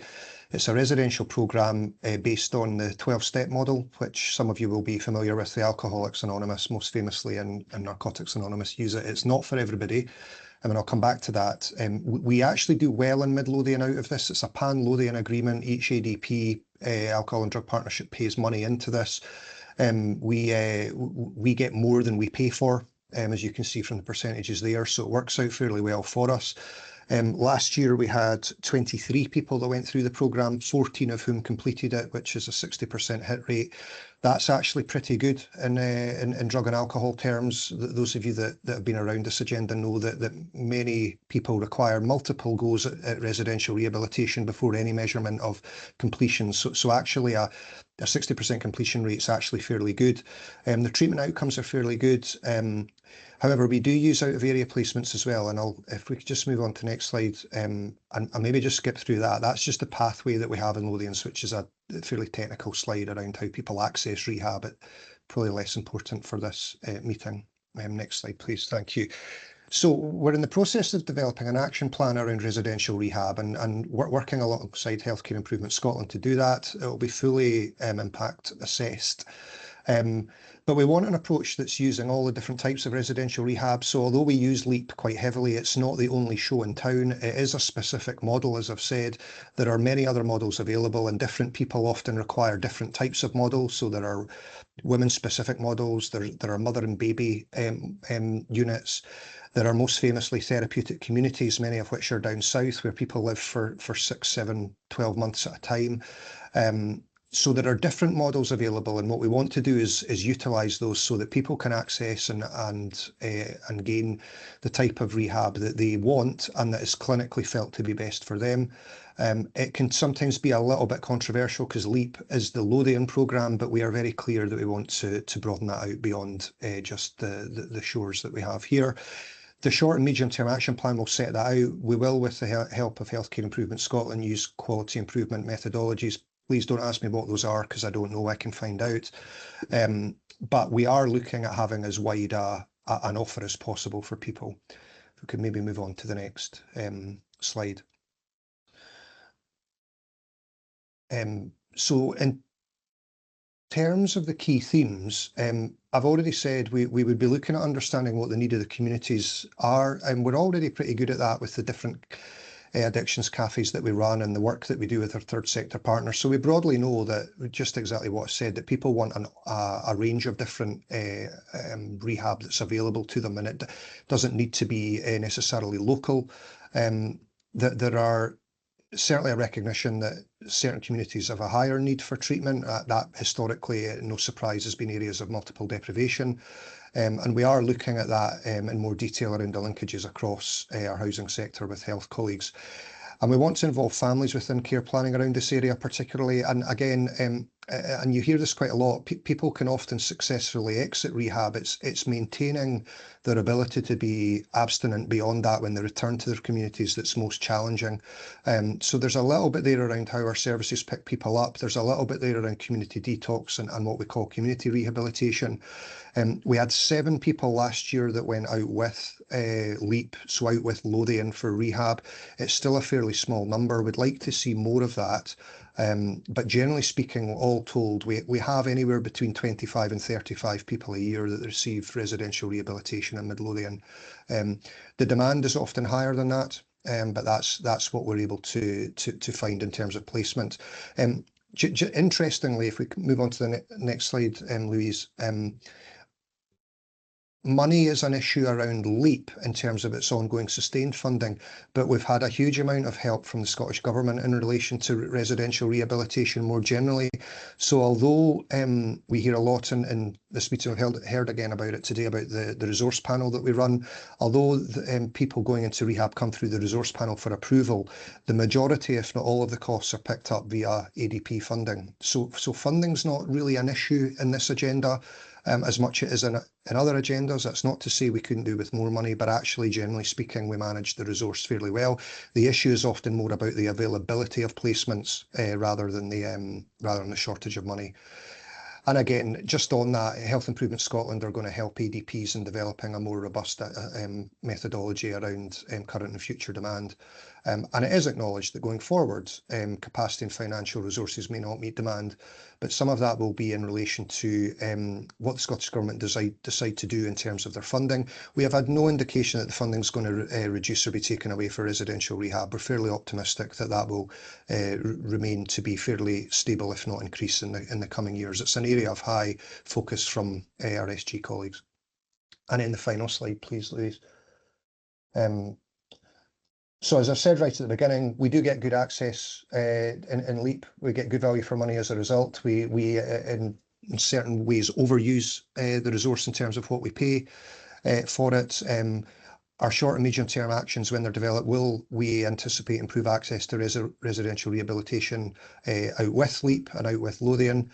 And there are some potential future risks around funding, but at the moment we are fairly optimistic that the funding will remain in place for this. So that's just a very high level overview of where we are. It's a complex area like much else in the addictions field, as I know you know, but we do manage this area fairly well. We also have pretty good access to the Ritson clinic around detox as well. And just, I know it's a technical point, but generally people would go in for detoxification before they would go for rehab, and our access to Ritson beds in the Royal Edinburgh is pretty good as well. Yeah. So just remind me, Nick, the ADP, the funding is ring fenced, so it's not funding that comes into the pot here. Yeah, Chris will help me out, but it's broadly, I mean, most addictions funding is fairly ring fenced in the sense that it does sit under the money that we talk about, but the government are very, very specific around most of the addictions money we receive. And it'll be under the alcohol and drug partnerships. Okay, yeah. No, Chris, do you want to confirm that or Yeah, otherwise? just to confirm, Nick's absolutely right. Yeah. So we get Yeah. the allocations directly from the Scottish Government, and they're very clear in their allocation letters that these pots of funding are not available for financial recovery. Yeah, it's just like, I mean, it's just because it's coming after the other discussions. I just want to make that clear to folk, because the justice side of thing again is ring fenced. So the things that we're talking about are not in that pot. I mean, it's a bit of a success story, really, Nick. It's a very important piece of work. It's very complex, may not be big numbers, but the fact that it's working for so many is great. And maybe that's due to the support on entry when they're in residential and on exit, because that's all often the challenge around as well. Any questions from anybody? Magda, come in. Hi, Nick, just a quick question, reflecting on what you said and also what we were previously talking about in terms of what we can do regionally and locally. Do you think that the successes can be partially at least attributed to the fact that it's a partnership between East and Mid, that we're learning from each other, we're helping each other, are we sharing resources? What is your take on that? What do you think? So I think having I suppose we're a joint ADP probably for size reasons more than anything else. It's the same with public protection, Magda. So the economies of scale in terms of commissioning, and we do a lot of joint commissioning across both areas of organisations, is probably hugely helpful. But probably of most importance is the link-ups we have in terms of a partnership arrangement, both with third sector partners, who play a very heavy part in this agenda, and also and I've spoken about it many times before, and I know Fiona's on the call, has lived and breathed this for many, many years, but the partnership arrangements we have within Number 11 as well, so the links up with justice and mental health. So it's a multifaceted thing, but I think basically the bottom line is, partnership between East and Mid, partnership with the third sector, and the co-working that we do within Number 11. Thanks, Nick. Okay with that, Magda? Yeah, thank you. Yeah, I mean, collaboration, I mean, it works, doesn't it? Okay, there aren't any other questions or comments. Thank you very much for that, Nick. I think we had been curious about that and had been asking questions about it, so really good to get that update. So over to you again on 5.8 on the agenda, the Chief Social Work Officer's annual report, Nick. Thank you. Yeah, thank you. And I must apologise to some on the call, particularly elected members who have heard me talk about this before, and we'll have to hear it again for the next few minutes. And I will rattle through some of the slides here fairly quickly, because they're slides that have maybe either been seen before or of less relevance. Next slide, please, Louise. So just in terms of anybody that isn't aware, but there is a requirement for every local authority to have a Chief Social Work Officer. It's set out in Section 3 of the 1968 Social Work Scotland Act. The role provides for being strategic and professional lead in terms of social work services, and in a local authority that's all social work services. So in old money that would be community care services, adult and older people, justice and children's services. So my professional leadership role stems beyond the confines of the HSCP and IJB. There's certain functions that are conferred on the Chief Social Work Officer in legislation. So for the purposes of today's meeting, that's primarily in some areas around justice, and particularly MAPA arrangements, and also statutory mental health, so particularly welfare guardianships and adults with incapacity. And a large part of my job is around, I suppose, that professional advice, and I'll come on to that shortly in terms of the meetings that I go to. Next slide, please. That's very small writing, and I won't spend too long on this. People who were in the SPG saw this slide previously, with the exception of the bits added in at the bottom, which are children's services. We will send the slides round, but that just gives an idea of the operational services that the role covers. It's fairly wide-ranging, from justice through to mental health, substance use, right through to older people's care homes, daycare, learning disability services, and then right down to children with disabilities, corporate parenting, and also unaccompanied asylum-seeking children. So it's a fairly wide-ranging role. Some of which I have operational management responsibility over, but much of which I don't, and that can sometimes be a little bit of a tension. Next slide, please. So we're required by the Scottish Government to provide an annual report at the end of October every year, and that again focuses on all areas of social work. I had mistakenly thought that the report that I'd circulated the report around IGB members, but I don't think I have. So I will ask Democratic Services to do that when the slides are circulated. I take it through council structures, and it goes to full council in October, just October past, for noting and for any discussion points, and then it's submitted to Scottish Government. There's a particular focus around areas of success and areas for improvement, but there's also a large focus, as you can imagine, on workforce. Next slide, please. Just in terms of the governance, accountability and statutory functions, and you might not be able to read that terribly well, but that's a range of, it's not completely all that my role covers, but that gives you an idea of the areas that the Chief Social Work Officer has some governance, accountability or statutory function within. So obviously Council IGB, big role in community planning partnership. There's the GIRFEC board that I sit on, Public Protection Committee, which I'll come back to. MELDAP we've spoken about. There's a Lothian and Border Strategic Oversight Group for MAPA. And then we have some, there's Social Work Scotland, which is our main professional body and quite heavily involved in that. And then I'll come on to it in the next slide. There's our internal Social Work Assurance Group as well. We can move on to the next slide, please. And I'll just very quickly run through the next couple of slides, but SWAG, Social Work Assurance Group's been in operation for 2 years. It was set up by my predecessor, Joan Trinent. Really, it covers all areas of governance and assurance in all social work services. It meets currently every 2 to 3 weeks. We're probably going to change the meeting cycle just to make it a bit more meaningful. But just, again, the writing's very small there, but it signs off policies and procedures. In relation to social work, it has all inspection reports coming to us to discuss along with action plans, whether that's strategic inspections or service inspections. There's a role around the Mental Welfare Commission work that is done. And we ask service managers and managers to come and present various cases, various other things for noting to do with the SSSC. So it's fairly wide ranging. It's myself, Fiona, who's on the call, and Beck Hooton, who's the Head of Children's Services. Next slide, and I'll just skip through these because we've talked about this before, but there's a large role, a large part of my roles around public protection. We have a joint public protection committee across East and Mid, meets 6 times a year.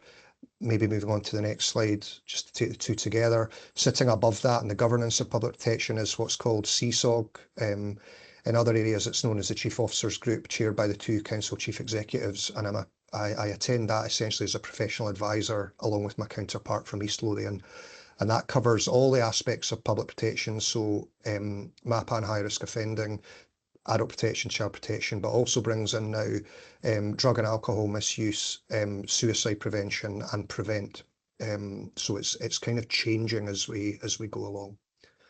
Just in terms, next slide please, just in terms of the report itself, just to pick out some from 2024, what's in the report. In terms of public protection, I noted an increase in adult protection investigations in 2024-25 in Midlothian. The number of children in the Child Protection Register has been fairly stable in Midlothian for a number of years. What has changed is that parental mental health is now the leading reason for registration. It was previously domestic violence, it's now parental mental health. Domestic violence is still high up there along with emotional abuse. In terms of MAPA, we had 71 registered sex offenders managed in Midlothian in 24-25. 27 of those were managed through justice social work. The rest are what's known as police-only cases. And in terms of violence against women and girls, which is the bottom bullet point, there were 123 people discussed last year at what we call MARAC meetings. That noted a slight increase, but not a huge increase. Again, it was an increase of about 5 or 6 people. Next slide, please. And I appreciate we're touching now on non-delegated services, but just for interest, just some figures and points there. We've seen a significant increase in the last year in the family wellbeing service, a fairly newish service, but a big increase. And that's really looking at it, trying to work upstream with people before they hit child protection services. We've got quite a significant pressure in children's disability, which will bleed across into our services in due course. So at the moment, there are 215 packages of care for young people in disability. So at some point, most, if not all of them, will come across to adult services, and we have 20 we know of coming next year. Our looked after and accommodated children figures are fairly stable again. Most of those are in kinship arrangements. There's a lot made of our external foster placements, but we actually only have 6 children in those just now, although they are very expensive placements. And we do have a pressure around unaccompanied asylum seeking children, and there's a particular process around that that's led by the Home Office with support from COSLA. And again, just at the bottom there, foster care and adoption, we're just waiting on the outcome of an inspection there, and we had a very positive residential houses inspection last year as well.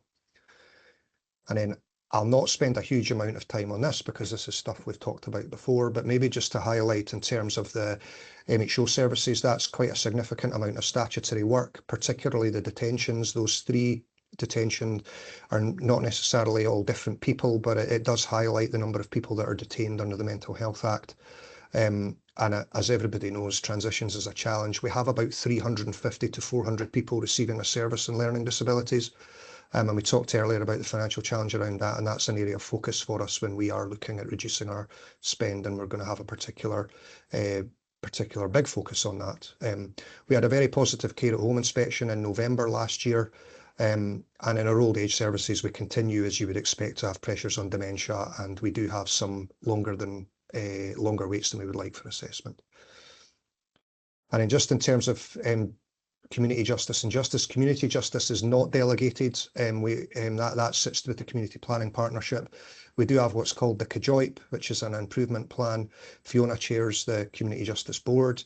And then there's just some figures there around what we do in justice social work. Probably the takeaway is the top one, which is around the 440 justice reports and 242 people are supervised. But we've got various projects which we can talk about at a future date if people are interested. Those, and they're in the report, those bottom bullets are all different types of projects that are run, men's groups, spring services, a particular group for women who are at risk of entering the justice system that just had its 10th anniversary earlier this year.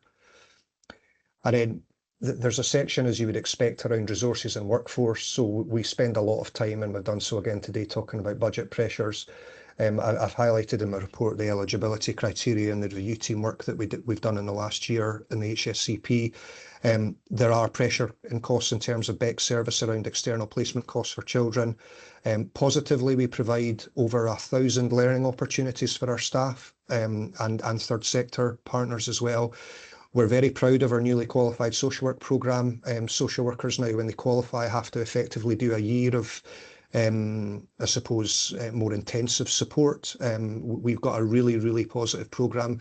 We had 23 people go through that in 24-25, at least start their year's journey across adults and children's services. We've got a trauma development worker who works across the council in Midlothian, who's managed by Fiona and sits within the HSCP. We had our first Trauma Awareness Week earlier this year in September, the first of its kind in the country. We're doing a lot of work around induction. We have a bit more to do around that for new staff. We probably have more newly qualified staff than ideally we would like, but we do not too badly with that. And we do have an ageing workforce, particularly in our high volume services. So for the interests of here, care at home, new buyers and high bank, and use of agency still remains a little bit of an issue. And then finally, just looking ahead, I set out just what we'd be doing next year to the government. So we're undertaking, as some of you know, a social work and OT review within the Health and Social Care Partnership around our social work offer. Transitions remains a challenge. I want to just highlight that it's not just in disabilities though. We've just finished, we've just completed our final draft of our new transitions policy, but we are going to turn our attention to justice transitions next, and then probably mental health and how CAMS and our mental health services and adult services interact. But I'm keen next to look at justice and youth justice. We are in the process of looking at how we develop better governance and practice standards, and that's a piece of work we're going to take forward in both parts, in both children's services and adults. We're continuing to see what the development of the National Social Work Agency will look like. We have something called MAPS coming over the hill in 2028 in relation to justice. I'll not go into that in too much detail, but it's essentially a new monitoring system that the Home Office are keen to bring in.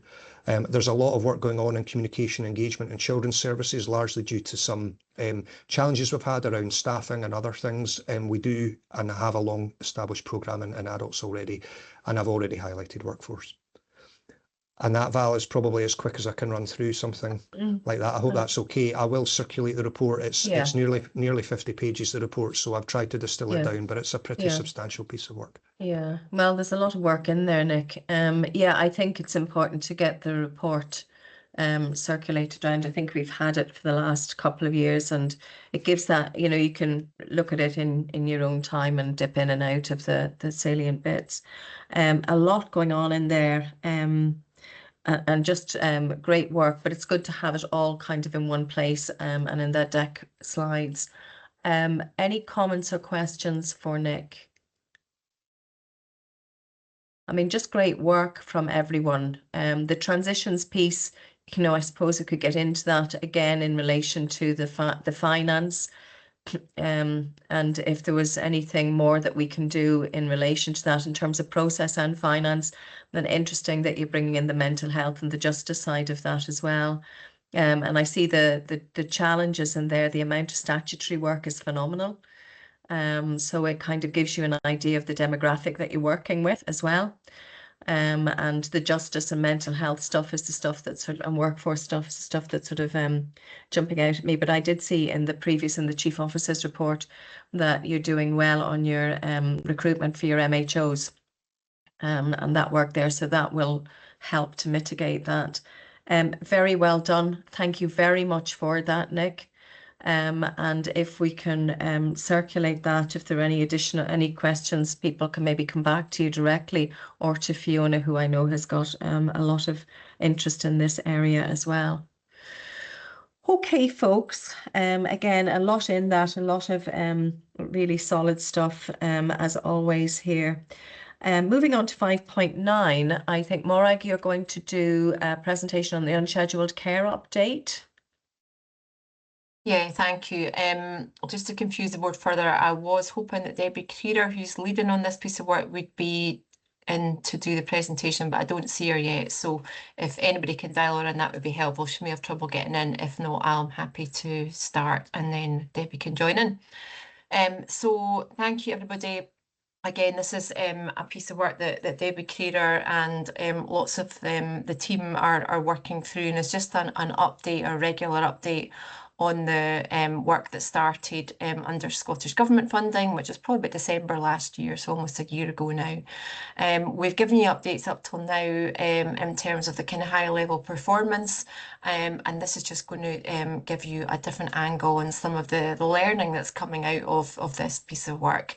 And as I said to you all the time, the real kind of key in this is that whole system-wide approach and ownership of this, rather than kind of where things have been previously, where it's been blamed on certain parts of the organisation. So real system pulling together around this. So next slide, please, Jill. Again, we have the Lothian kind of high level sort of strategic type data that's available. It gives kind of high level performance around some of the key KPIs that were allocated to us and agreed by us as part of the Scottish Government funded work. And the key parameter that we are measured against is our bed occupancy, or bed number, which for us, our target, as you know, is 115. And that's across acute sites. It doesn't include Midlothian Hospital. But what we wanted to try and understand is, as we're going through this piece of work as well, there's more questions than answers. So as we saw one part of the system, for example, in free up beds, admission rate increases, even though discharges are improving, and so on as well. So with every kind of improvement, there's been a whole series of other questions that we would want to ask and try to understand. And again, you all know this, it just shows the complexity of these kind of pieces of work there as well. So Debbie's been working with Jill and Eloise and starting to try and have a look and see kind of what the local data underneath that kind of Lothian data is showing. And again, to understand what is just normal variation and where there are specific trends that we need to look at further. Next slide, please. Between the two teams, again, they've looked at the high level indicators that I've talked to you about as well, and then looked at the connected data sets and looked at how flow had been demonstrated through them, and then again looked at how that data could be used both at the NHS Lothian meetings and our local HSCP meetings that involve the wider teams, and how can that encourage, I suppose, a different approach to looking at where we think some of the challenges are and actually what the data is then showing us. Next slide, please. And previously we thought that, you know, most of our unscheduled care challenge relates to older people, and indeed some of it still does. But what we've actually seen is that yes, the time spent in unscheduled care or unplanned care does increase relative to age. But we have actually seen improvements in our over 75s, specifically in reduction to length of stay. We've seen again a reduction in wait times across the A&E, across all of the ages. So again, not just specific to the older age group as well. But we've seen also an 18% increase in admissions compared to the same period of 2024. And what's really interesting is the admissions are not the older, frail group of people that you would think it might be. It's the younger age group. It's the kind of 45 to kind of 64 age group that are actually generating that increase in admissions. And in some of the calls we've had when we've discussed it with clinical directors for the emergency department, particularly the Royal Infirmary, have explained that that group of people before, so last year, the year before, there would have been no beds to admit these people into. So they would have been managed and sent home. Now, safely, clearly, some of these would have turned back up again and potentially been readmitted at another stage. But essentially that group are being admitted now because we have freed up beds from the other elements or the other age groups that we've talked about as well. So it's moved that discussion in to say, well, why are these people now being admitted? And if they were not admitted previously, then why are we admitting them just now? And that's leading us then as a system to actually challenge behaviours and cultures and ways of working in pressurised teams across the system too. We've also seen a reduction in delayed discharges over the year. The last 2 or 3 weeks, our delays have gone up a little bit, in particular our health delays. But again, if you look at the trajectory of improvement since this time last year, there is a significant improvement in both our health delays and also our social delays. As I said, 38% more people between 45 to 64 have been admitted from A&E. Next slide, please.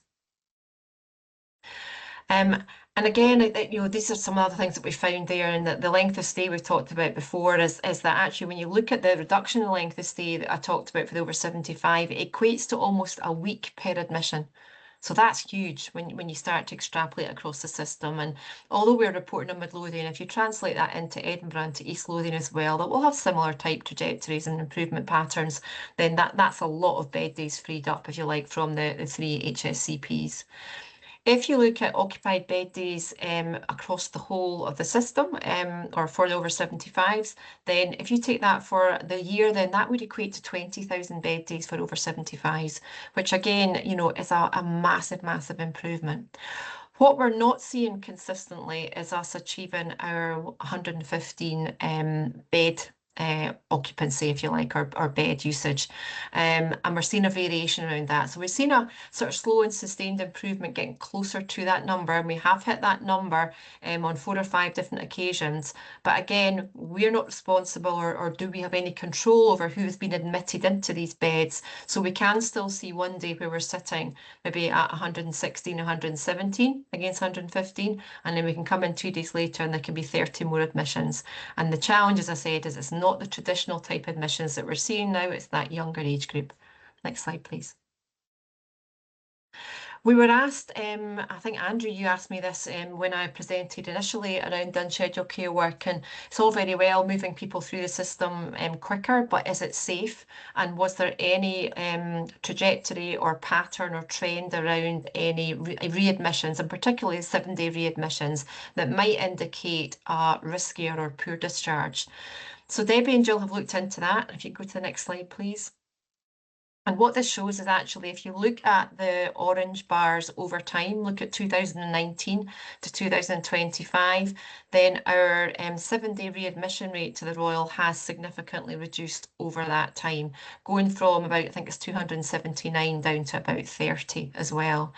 And if you look again, if you take the next slide, please, Jill, if you look again about, are we an outlier around this as well? And you look at Edinburgh and East Lothian, who are also part of the Scottish Governed Initiative, we're broadly all about the same. So it shows again that the system is consistently improving, but in a consistent way, if you like, as in a sustained way as well. We're broadly all performing the same around that. Next slide, please. So at that point, as Andrew and Val and others said at the development session yesterday, sometimes the more data they get, the more questions you have around that as well. So there's still unanswered stuff for us in terms of unscheduled care that we're discussing, both at the operational groups and the strategic oversight group within Lothian as well. And again, we want to have a look at our initial increase in delays and then what's driving that slight increase over the last 2-3 weeks there as well. We want to look again about the occupied bed count for our older groups, but particularly in context to admissions and a reduced length of stay. And we also want to look again and try and dive deeper into that younger cohort of admissions and trying to understand where these people are coming from, and is there anything else we can do within local communities that may support that prevention of an admission. Now, a lot of that younger cohort sit in that group of people who go in and out in a very short spell into acute, maybe 1, 2, 3 days, and then come back out and never touch the HSCPs. They never need our statutory services or our support. They're in for a medical reason and they're back out again. But again, we can't just accept that anecdotally. And again, the teams are looking at that group of people on a daily basis, see if we can identify anything that we can do differently around that. Next slide, please. I think that's us. So again, try to kind of take you down a different route than just giving you a performance against the kind of strategic parameters and KPIs that we're judged about, but trying to kind of let you understand where we have made significant improvements, but where there are more questions as a system that we're trying to look at. And again, happy to try and answer any questions because Debbie's obviously not managed to get on the call. So happy to answer anything, Val. Well done, Chief Officer. Really fascinating to see the shift in the demographic and the questions that want to be asked and the difference you're making in that. So obviously more questions, but it seems very dynamic, and it's the first time we've ever seen shifts like that of a very big system. So well done to everybody who's been involved. Amjad. Thanks, Mark, and thanks, Morag. Very interesting, and it's good to see some of those figures. And obviously the interest is in that 45 to 64 age group, and it'd be fascinating to see the data around that as to the reasons for admission, for instance, and is there any relationship between the admissions and access to primary care, for instance. Had they been picked up earlier, would they have avoided admission? So it's about looking at those sort of things. So it'd be fascinating when people interrogate the data to see what can be done further. But that, I think, is an interesting group. But why suddenly we have a increase in the 45 to 64 age group? Thank you. Thank you, absolutely. And when we had the discussion at our ED meeting, it was very much, well, we need to understand why our risk tolerance a few years ago around that group of people was to not admit them. Now, that was because they didn't have a bed, but again, assumingly they safely moved them back home and were cared for within the community, whether that was GPs or the wider primary care teams as well. And has that risk tolerance changed now? Or was there a pattern of not admitting at that time that wasn't safe? Now, again, it's all retrospective, so it's easy to make assumptions around that. And again, you're absolutely right. So we will continue to look at that group of people. What our teams do is review everybody who's in the emergency department on a daily basis. So even if they are not types of presentation that we know we can take, we review everybody that's in ED, and on a daily basis, the majority of people that are sitting in ED that we don't proactively reach in and pull out to be supported in the community are people that genuinely need to be there with cardiac related issues, or all the things again that need that level of medical investigation. But we've absolutely raised with our ED consultant colleagues around trying to understand that admitting behaviour and what's changed in this time. So again, as we delve down into that, Amjad, happy to bring back some more data on that. Yeah, and I think the whole sort of physical disability or physical illness versus the mental health thing or complexity thing, because obviously that might be, as you say, reflecting in the community. Andrew, come in. Thanks, Mark. No, thanks very much, and thanks very much for the work of looking at it. It's a fascinating area because it's a kind of a flow analysis, isn't it? So it's kind of, and your comment about how, to some extent, if we have beds, we'll fill them. is a default, because obviously people want to care for people, so you can see what they have a resource and they want to use it, but actually that's not what we're trying to do here. So I'm interested in that. So the reflections back about, is there a change in clinical decision making happening or not, will be quite interesting around that. A couple of questions for me is, the question I keep asking myself when I look at these figures is there a shift in the balance of care in terms of this? And I asked it yesterday, and, you know, are we now treating more, you know, if we went back 10 years, are we treating more people in the community, and is the resources following that change in pattern or not? And given the earlier conversation, I think it's an important question we need to begin to ask, because it sounds like we are now treating more people in the community than we would have done. So therefore, that is a positive direction. But whether we were resourced for that level of capacity in the community, I'm less clear around. So de facto, there should be additional resources applied to that, because we've successfully moved people. Question around that. The other question I had was, do we have it? I always want to know who turns up at the front door and what the big cohorts of people around it.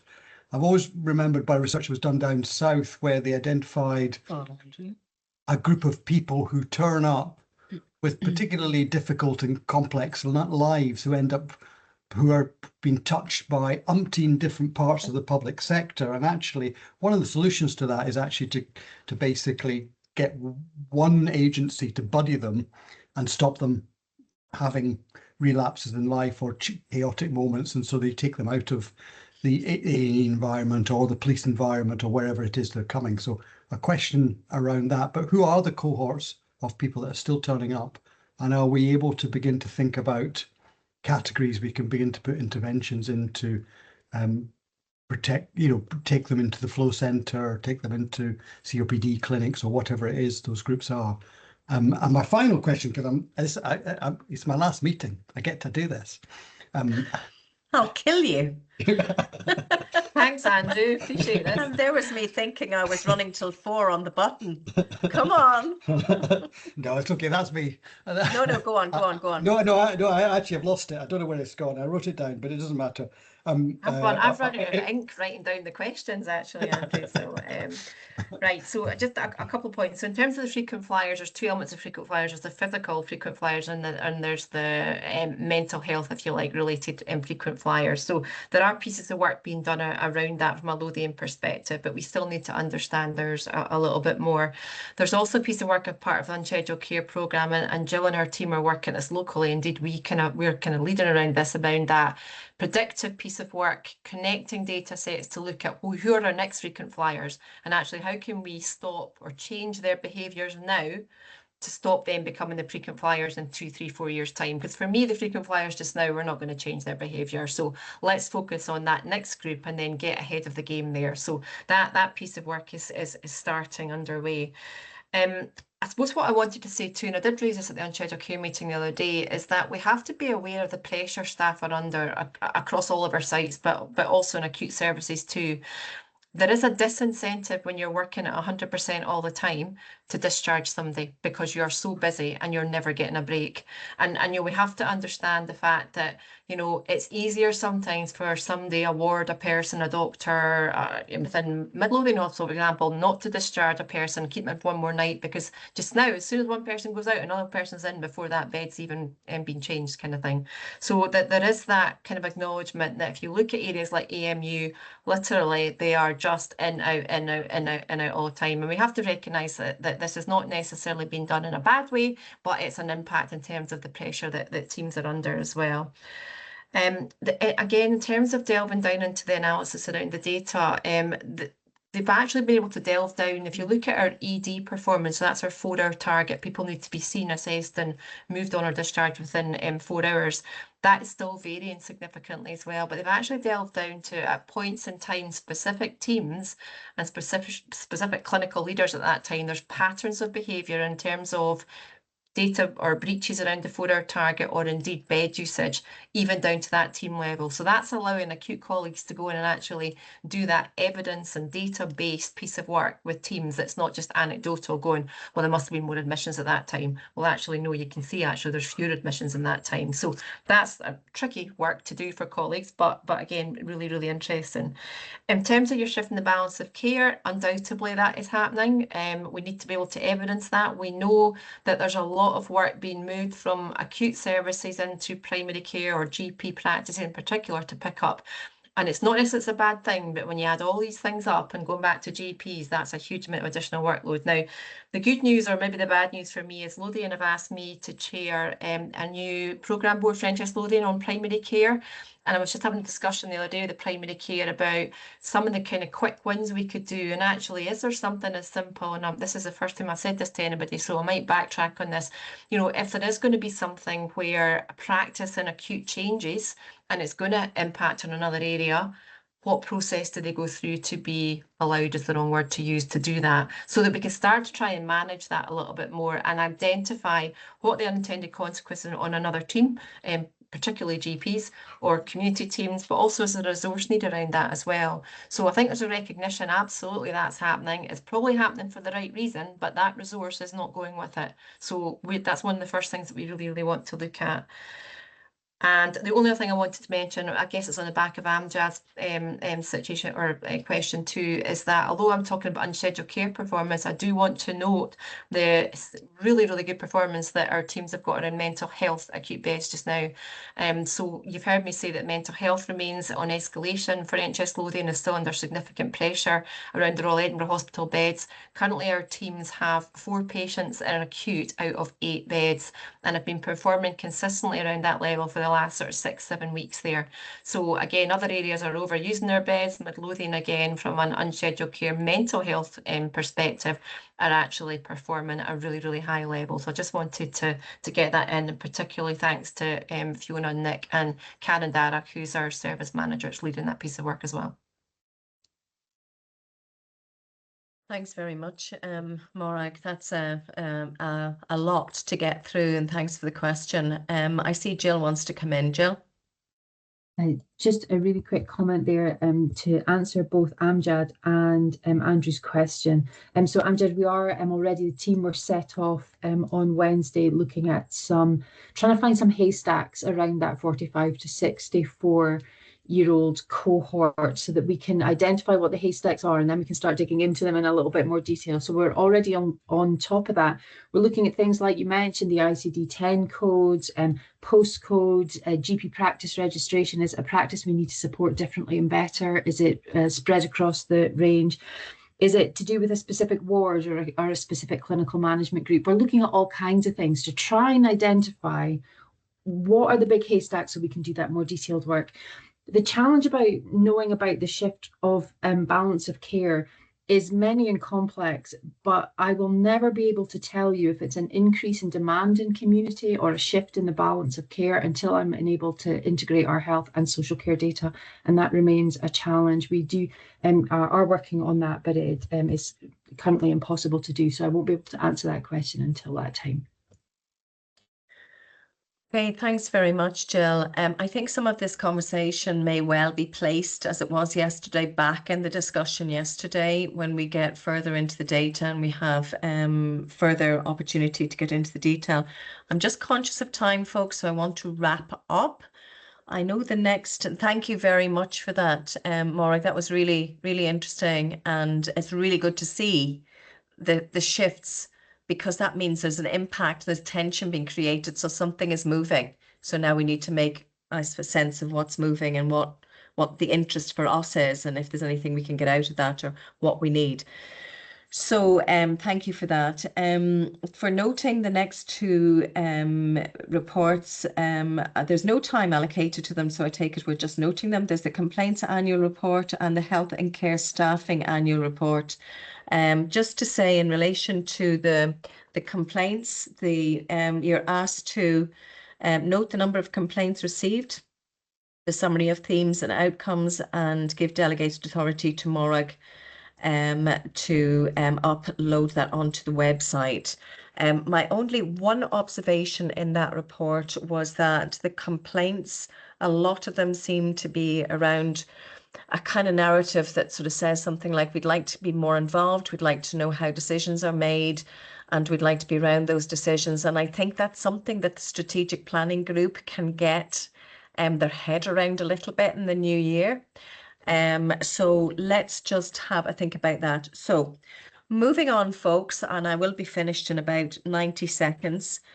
Thank you for 5:10 and 5:11 on the agenda. There are no private reports. The next meeting is the 19th of February, 2 till 4. It's a development session. And the, sorry, that's the IJB. And the next, the first meeting will be on the 15th of January, which is a development session. That's from 2 till 4. Suffice me to say happy Christmas to everyone. Thank you very much for a great year. I've told Morag last week, Midlothian is my happy place. I'm not sure after yesterday and today I might review that, but there again, 2026 is another year. Want to thank Democratic Services for all their support. They're in the back keeping all of this going. So thank you, Hannah, Lisa, and everybody else. To all the staff we've mentioned a number of times, and to all the members of the IJB.